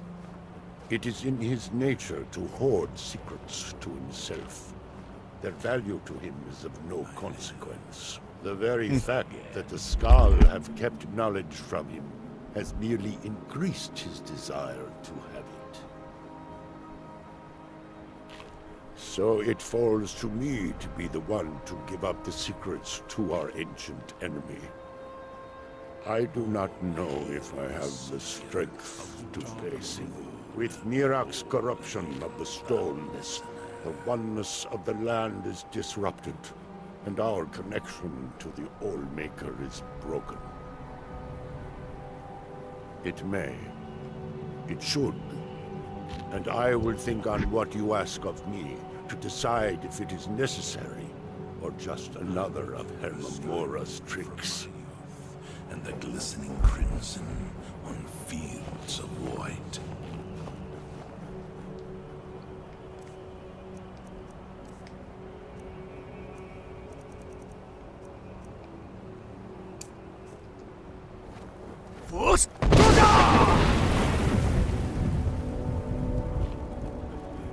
I'm sad he didn't get disintegrated into a bunch of ghost ectoplasm goo.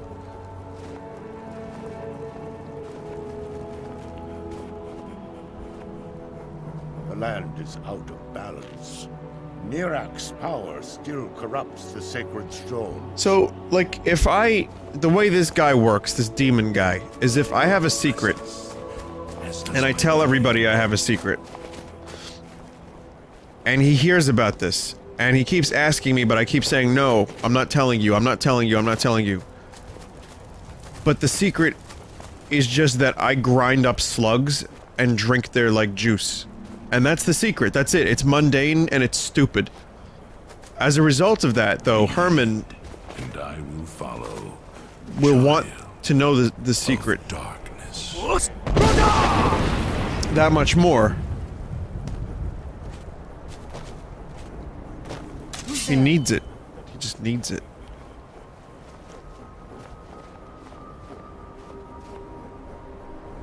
There's an enemy here?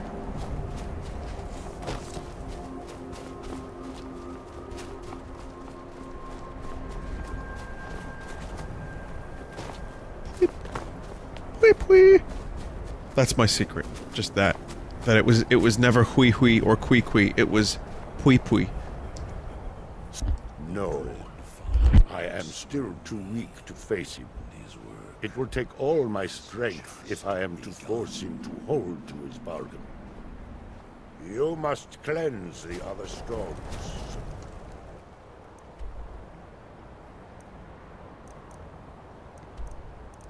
Okay, well, these stones were made for cleansing, and that's just what I'll do.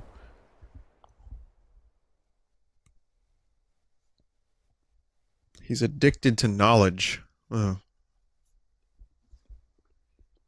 Well, I guess being a Daedric Lord, you kind of have to follow your muse, your, you know, whatever it is that makes you what you are, you have to follow it to a sickening degree.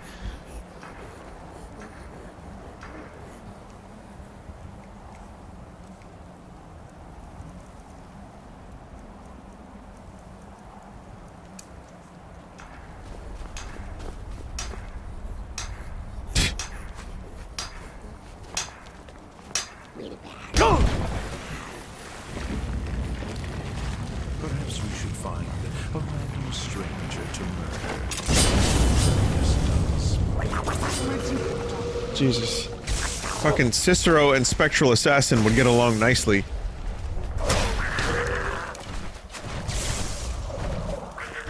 Let's kill someone!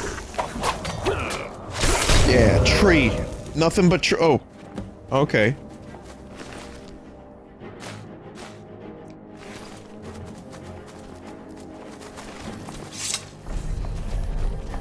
I like how they just run away.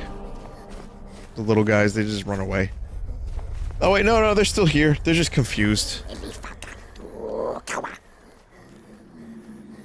And so am I. So too am I confused.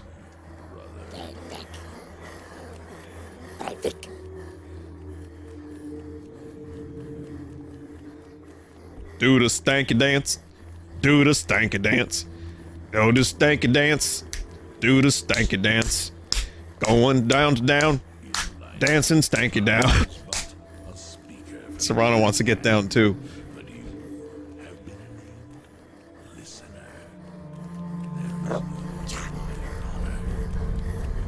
Oh, we're still dancing, are we? I just had a feeling about this one. I had a feeling that something glitchy would happen if I continued pursuing that avenue of glitch. They really are. They're like a mix of Ralph Bluton and the trolls from Troll 2, and that's not a compliment, because those Troll 2 masks are fucking terrible. There's a Troll 2 troll that has been dubbed Shit Eyes. I'm going to show you Shit Eyes. Shit Eyes Troll 2. Let's see.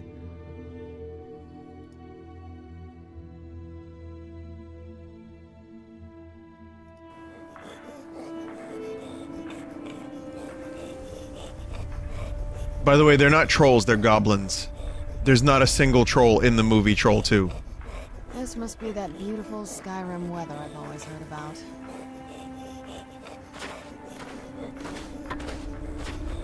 Lead on. There you go. Look at HD.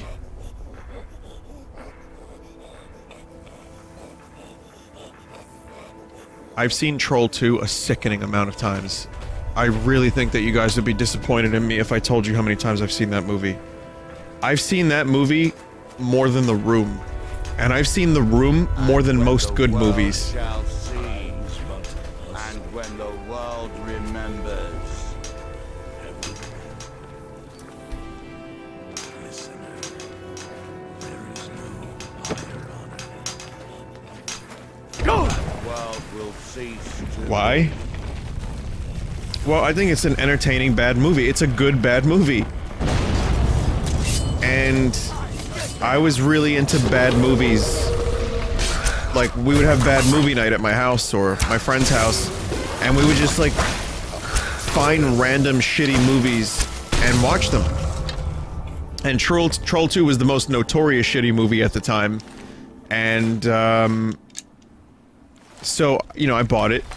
Had Troll 1 and 2. Troll 1's not nearly as bad. It's just boring. So I bought Troll 2, and I would just show it to all my friends because it was so fun and so stupid. It's not like I would sit there and watch it on my own, but I ended up showing it to a lot of people. And over time, it became something like a dozen. So another thing I would do is, when I worked in Jersey City, I would commute into Manhattan, and I would end up going into the movie store. There's a couple places. There was J&H, I think, and there's a place in the East Village called Rainbow, and a couple other places that had, like, really weird, like, rare, like, movies or, like, you know, releases that were from overseas, just stuff you wouldn't normally find. So I, for bad movie night, would buy some shitty movies just to have them ready. And this didn't happen every week, but once a month maybe. So I want to read a couple that I have here. Werewolves on Wheels. That's a motorcycle werewolf movie. Not worth it. Man with the Screaming Brain. That is a... what's his name? From Bruce Campbell. It's a Bruce Campbell movie. That one's not that... I didn't really care for it. Dead Alive is one of the best horror gross-out movies ever. And that's a good one. That's Peter Jackson. I'm looking at my collection. I have... Orgy of the Dead by Ed Wood, which is just a boring, terrible, not at all fun, bad movie. It's not even, like... The thing about it is, it's not even, like, good orgy. It's bad. Plan 9 from Outer Space is a classic bad movie. I have a sci-fi collection with Creature Invasion of the Bee Girls. Swear to God, by the way, and this is the first time I'm realizing what I have on my hands here. The Last Woman on Earth, Night of the Blood Beast, and They Came from Beyond Space. I would say Blood Beast is somewhat interesting. It's like 65 minutes, so it's not too painful. Just want to read a couple more, and then I'm gonna play the game a little bit more. Tokyo Zombie was a weird, but also somewhat entertaining. I kind of got bored. It was funny, but nothing special. Zardoz. Some people love Zardoz, non-ironically. Some people like it ironically. I think it's just boring as fuck. But it is interesting, and it has Sean Connery in a Speedo. The gun is good. The penis is evil. A couple more that I don't know where they are. But, yeah, stuff like that. Pet Cemetery, that's... I'm sure many of you have heard of that one. But, anything else do I have here? That's all that's all I appear to have from the bad movie pile. Some of these didn't work out so well, but because there is really, really, really such a thing as a good bad movie and a bad bad movie. And bad movies, in my definition and in my experience, my limited experience, bad movies are boring, unfunny in any way, really, really just sufficient. Like they're sufficient enough, but they're really boring. So I kind of was doing bad movie nights with my friends like 10 years ago, and I've also watched plenty that I don't remember that my friends would bring. And so yeah, I can't even remember some of them because they were so boring and bad, and like a lot of times we would just skip the movie, turn it off, play some video games, play some Smash Brothers, you know, so it wasn't like every one of these movie nights was a success.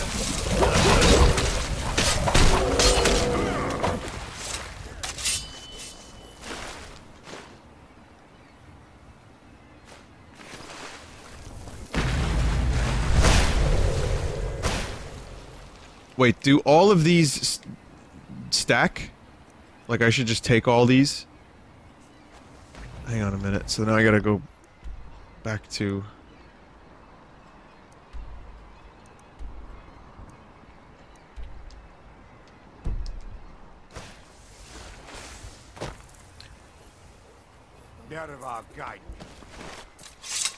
I think a good bad movie, someone in chat is still kind of a little confused, but I'll say that I think a good bad movie is one that you can watch that is so bad that it just continues to impress. The Room is the best example, but Troll 2 is real close. Anything Neil Breen has ever made, there's a level of, I think, there's less cynicism with a good bad movie. And I think that it's also an earnest attempt at making a movie from someone who has almost zero self-awareness. That's where I think the line is drawn. Like, so... I find Zardoz to be, like, really boring, because it's a movie about a thing... It's like a sci-fi movie before Star Wars, so it's already, like, pretty, you know, like, dated. Just 3 years later, Star Wars came out, and here's this movie set on another planet or something, or maybe it is in... No, I think it's supposed to be in the future of Earth, but it just looks cheesy and dumb. So, it was an earnest attempt to make a sci-fi movie, and it didn't really pan out, but, I mean, it has influence in some way. So the point is, it's not fun to watch. But then you have someone like Tommy Wiseau who makes a movie and has no idea that he's just making this mess, and it's really wonderful. A lot of those B movies from the 50s too, like that collection I had, not that great. One day, you will serve our dread. Well, Spectral Assassin's dead. And I now have Werebear. Jesus. But yeah, I'm not really big on a lot of those the shitty sci-fi movies from, you know, the 50s and 60s that are like on these, like, you know, 100 movies on 5 DVD collection. I've watched several, and oh, right, I'm a dumbass. I've watched plenty. Several is plenty, trust me. I'm sure there's plenty of good ones out there, like Plan 9 from Outer Space is the best, because it is just so incompetently funny bad. But a lot of them really tried to do something, or they were just trying to cash in on, like, the popularity of, like, sci-fi at the time, and, like, the Twilight Zone and the UFO hysteria. And they end up being just boring and, like, maybe a little bit of fun. But it's, you know, people in rubber costumes and hubcaps on a string. And that gets old if it doesn't have a good story. And a lot of the stuff like that doesn't have a good story, where it's just, oh no, they're invading!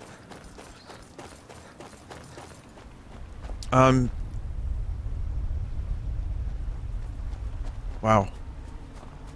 This is gonna be good. Oh shit. Okay.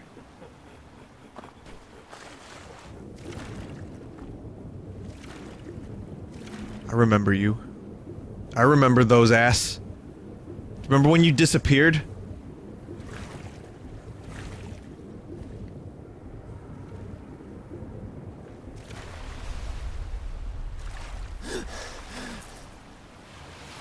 Oh wow.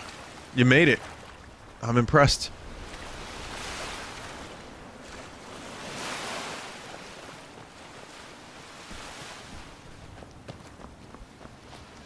Very fast swimmer. There was a movie called Cocaine Cowboys. Like there was like a lot of different really weird drug movies that I remember like my friend had, and there was like there's some degree of entertainment, but it was more or less the same movie every single time. So bad movie night eventually kind of, once we ran out of options after we saw all the really good bad ones, we pretty much got sick of it and then just played video games or watched good movies. Where'd you come from?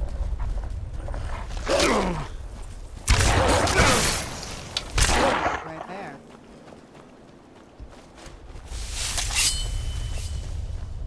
I sure wonder if Vinny approves of my username. How'd you just get sauce? That's pretty good.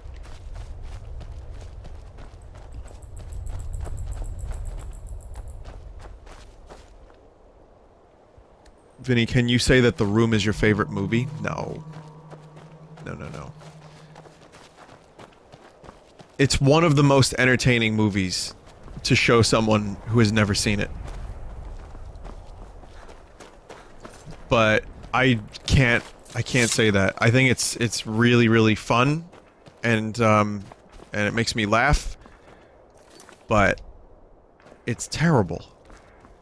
I've seen it more than I've seen a lot of good movies, but that doesn't mean I would consider it one of my favorites. Here in his shrine. Here in his room. But they have.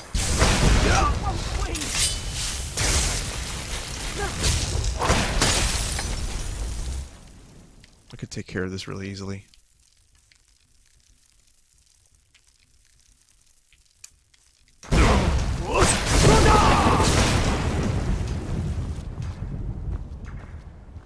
See ya.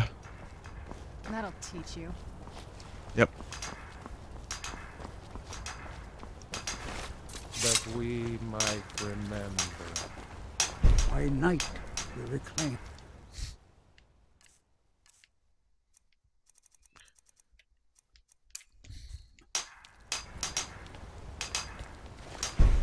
What by day was stolen, far from ourselves. He grows ever near to us. Ain't that right, Luigi? He grows real close. Once we're blinded.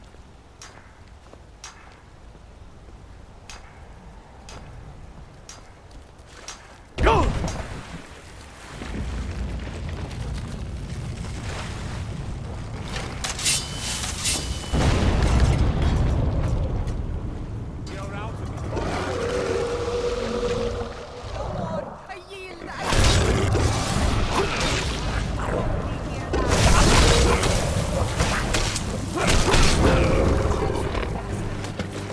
There we go.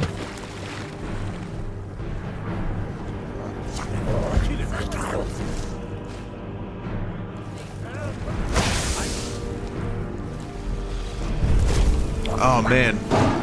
Whoa, did you see that? Everything froze, but the dragon just looked at me like real robotic. That was so fucking bizarre. Don't remember how to fight. This should be.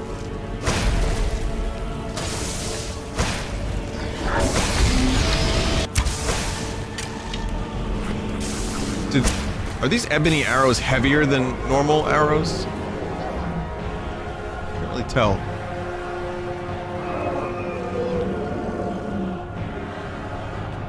Okay, we're running away, are we? Okay.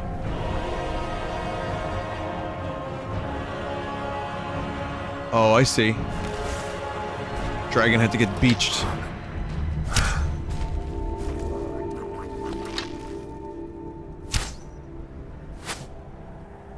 This is gonna be good. This is gonna be so good.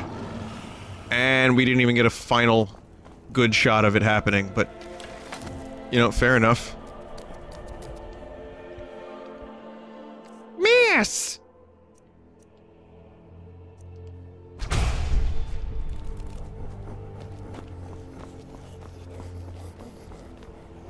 I haven't heard himself in generations. Oh man, I was hoping they could become my minion. My mignon. My filet mignons.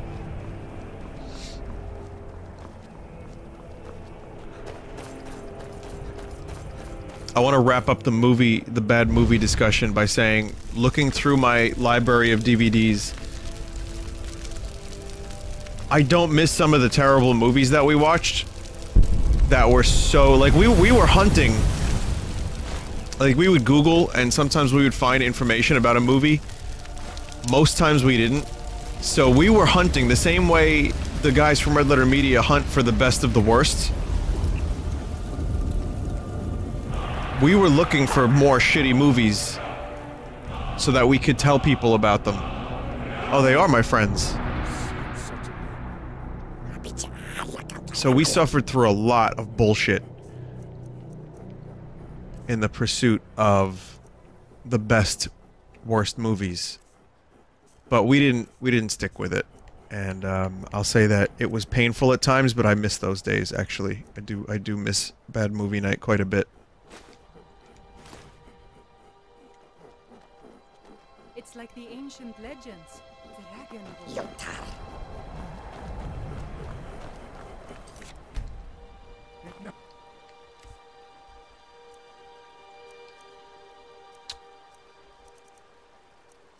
Okay, I'm gonna stop here. Be dead now, but where did it come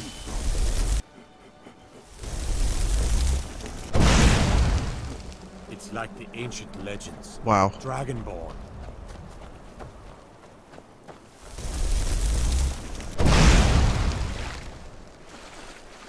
Well, now no one will ever know there was a dragon here. I need to do that again real quick.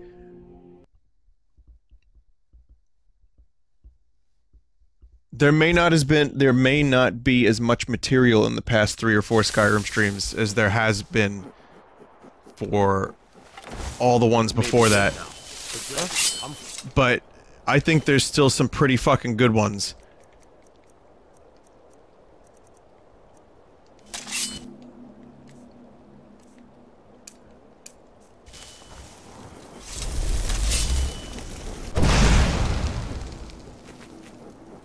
Oh! Frozen. For even longer this time. Totally frozen. I have the strongest magic.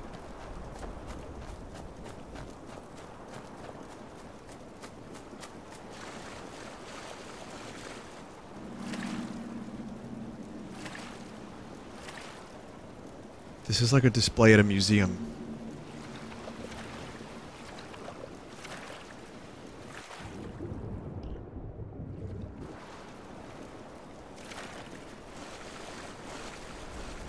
See if I can get that dragon to that little island in the distance. There we go, there we go. It's almost on the island. I think it's so laggy and weird. It doesn't work. It doesn't just work.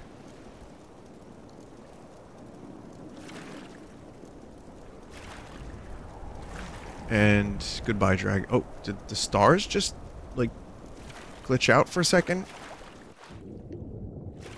Oh, that's a shame.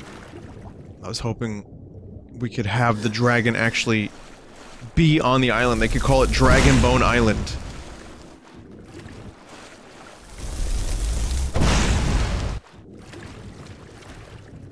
now it's like deep underwater. Now you're gonna need fucking James Cameron to dredge that shit up.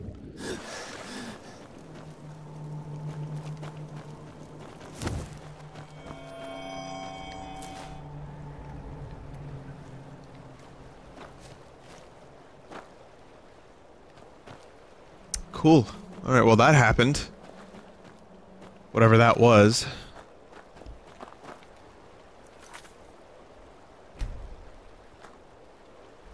Vinny, that movie was kind of trash. Which one? The Abyss? I'll tell you what, having seen it again, I have my issues with it. Yeah, it's not that amazing. But there's a little rat fella, you know. They killed an entire species of rat just to film that movie, which was kind of cool. Oh, hey, you made it. Welcome.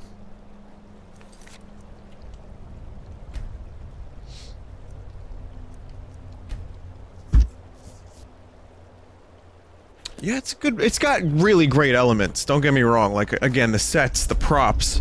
There's a couple really incredibly tense scenes. There's something really cool about the idea of, like, unidentified submerged objects that I think could have been done a little bit better. But for its time, that movie was probably really impressive. I still think it's worth watching, but yeah, I agree. It didn't... I think we would have enjoyed it more if it weren't the director's cut. And it was like a half hour shorter. Anyway, that's everything. That's all I've got for you. That's Skyrim. Thank you for watching. We're gonna take a look and see what happens with Bingo. And we'll do more of this next week if I am still conscious.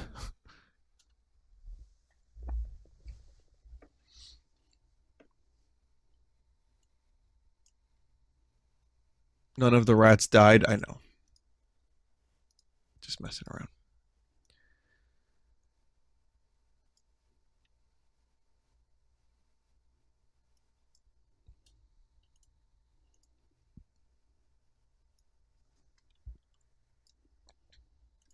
Alright, so this is my bingo sheet.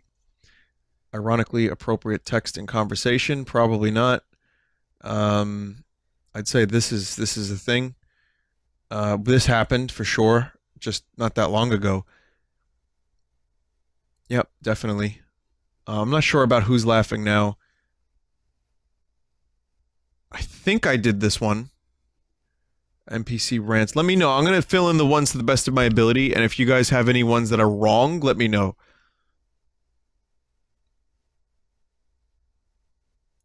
Yep. Did wildlife get stuck? No. Did I oof?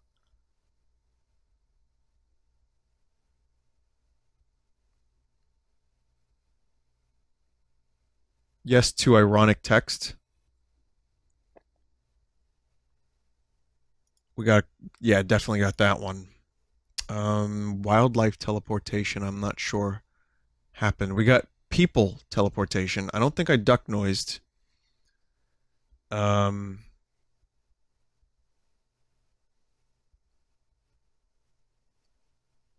this happen? That definitely happened. That certainly happened. For frigid waters. Yeah, I'd say that probably happened a couple times. Did that. No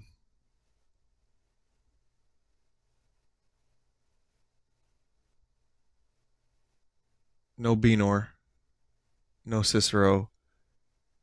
This didn't happen. I got a bingo. Got one. This is a for sure bingo. Anything else I'm not too sure about. I would say maybe wildlife teleportation, maybe duck noise. I don't remember doing a duck noise, but okay. I don't know about this.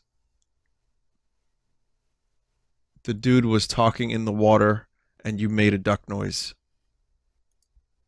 Oh, well, that's true. Yeah, he was drowning while he was talking to me. That's correct. And let's say duck noise. You guys, there we go. Okay, so that's a scringo. As always, feel free to tweet your scringos at me. I do take a look at them a little bit. it's hard for me to keep up. But if you got a bingo at Vinny Vinesauce, you can just send it there. And when I get a chance, I'll just scroll down and take a look through them. And that's it. So once again, thanks for watching the Elder York Skyrim Tom. And now we can take a look at the art.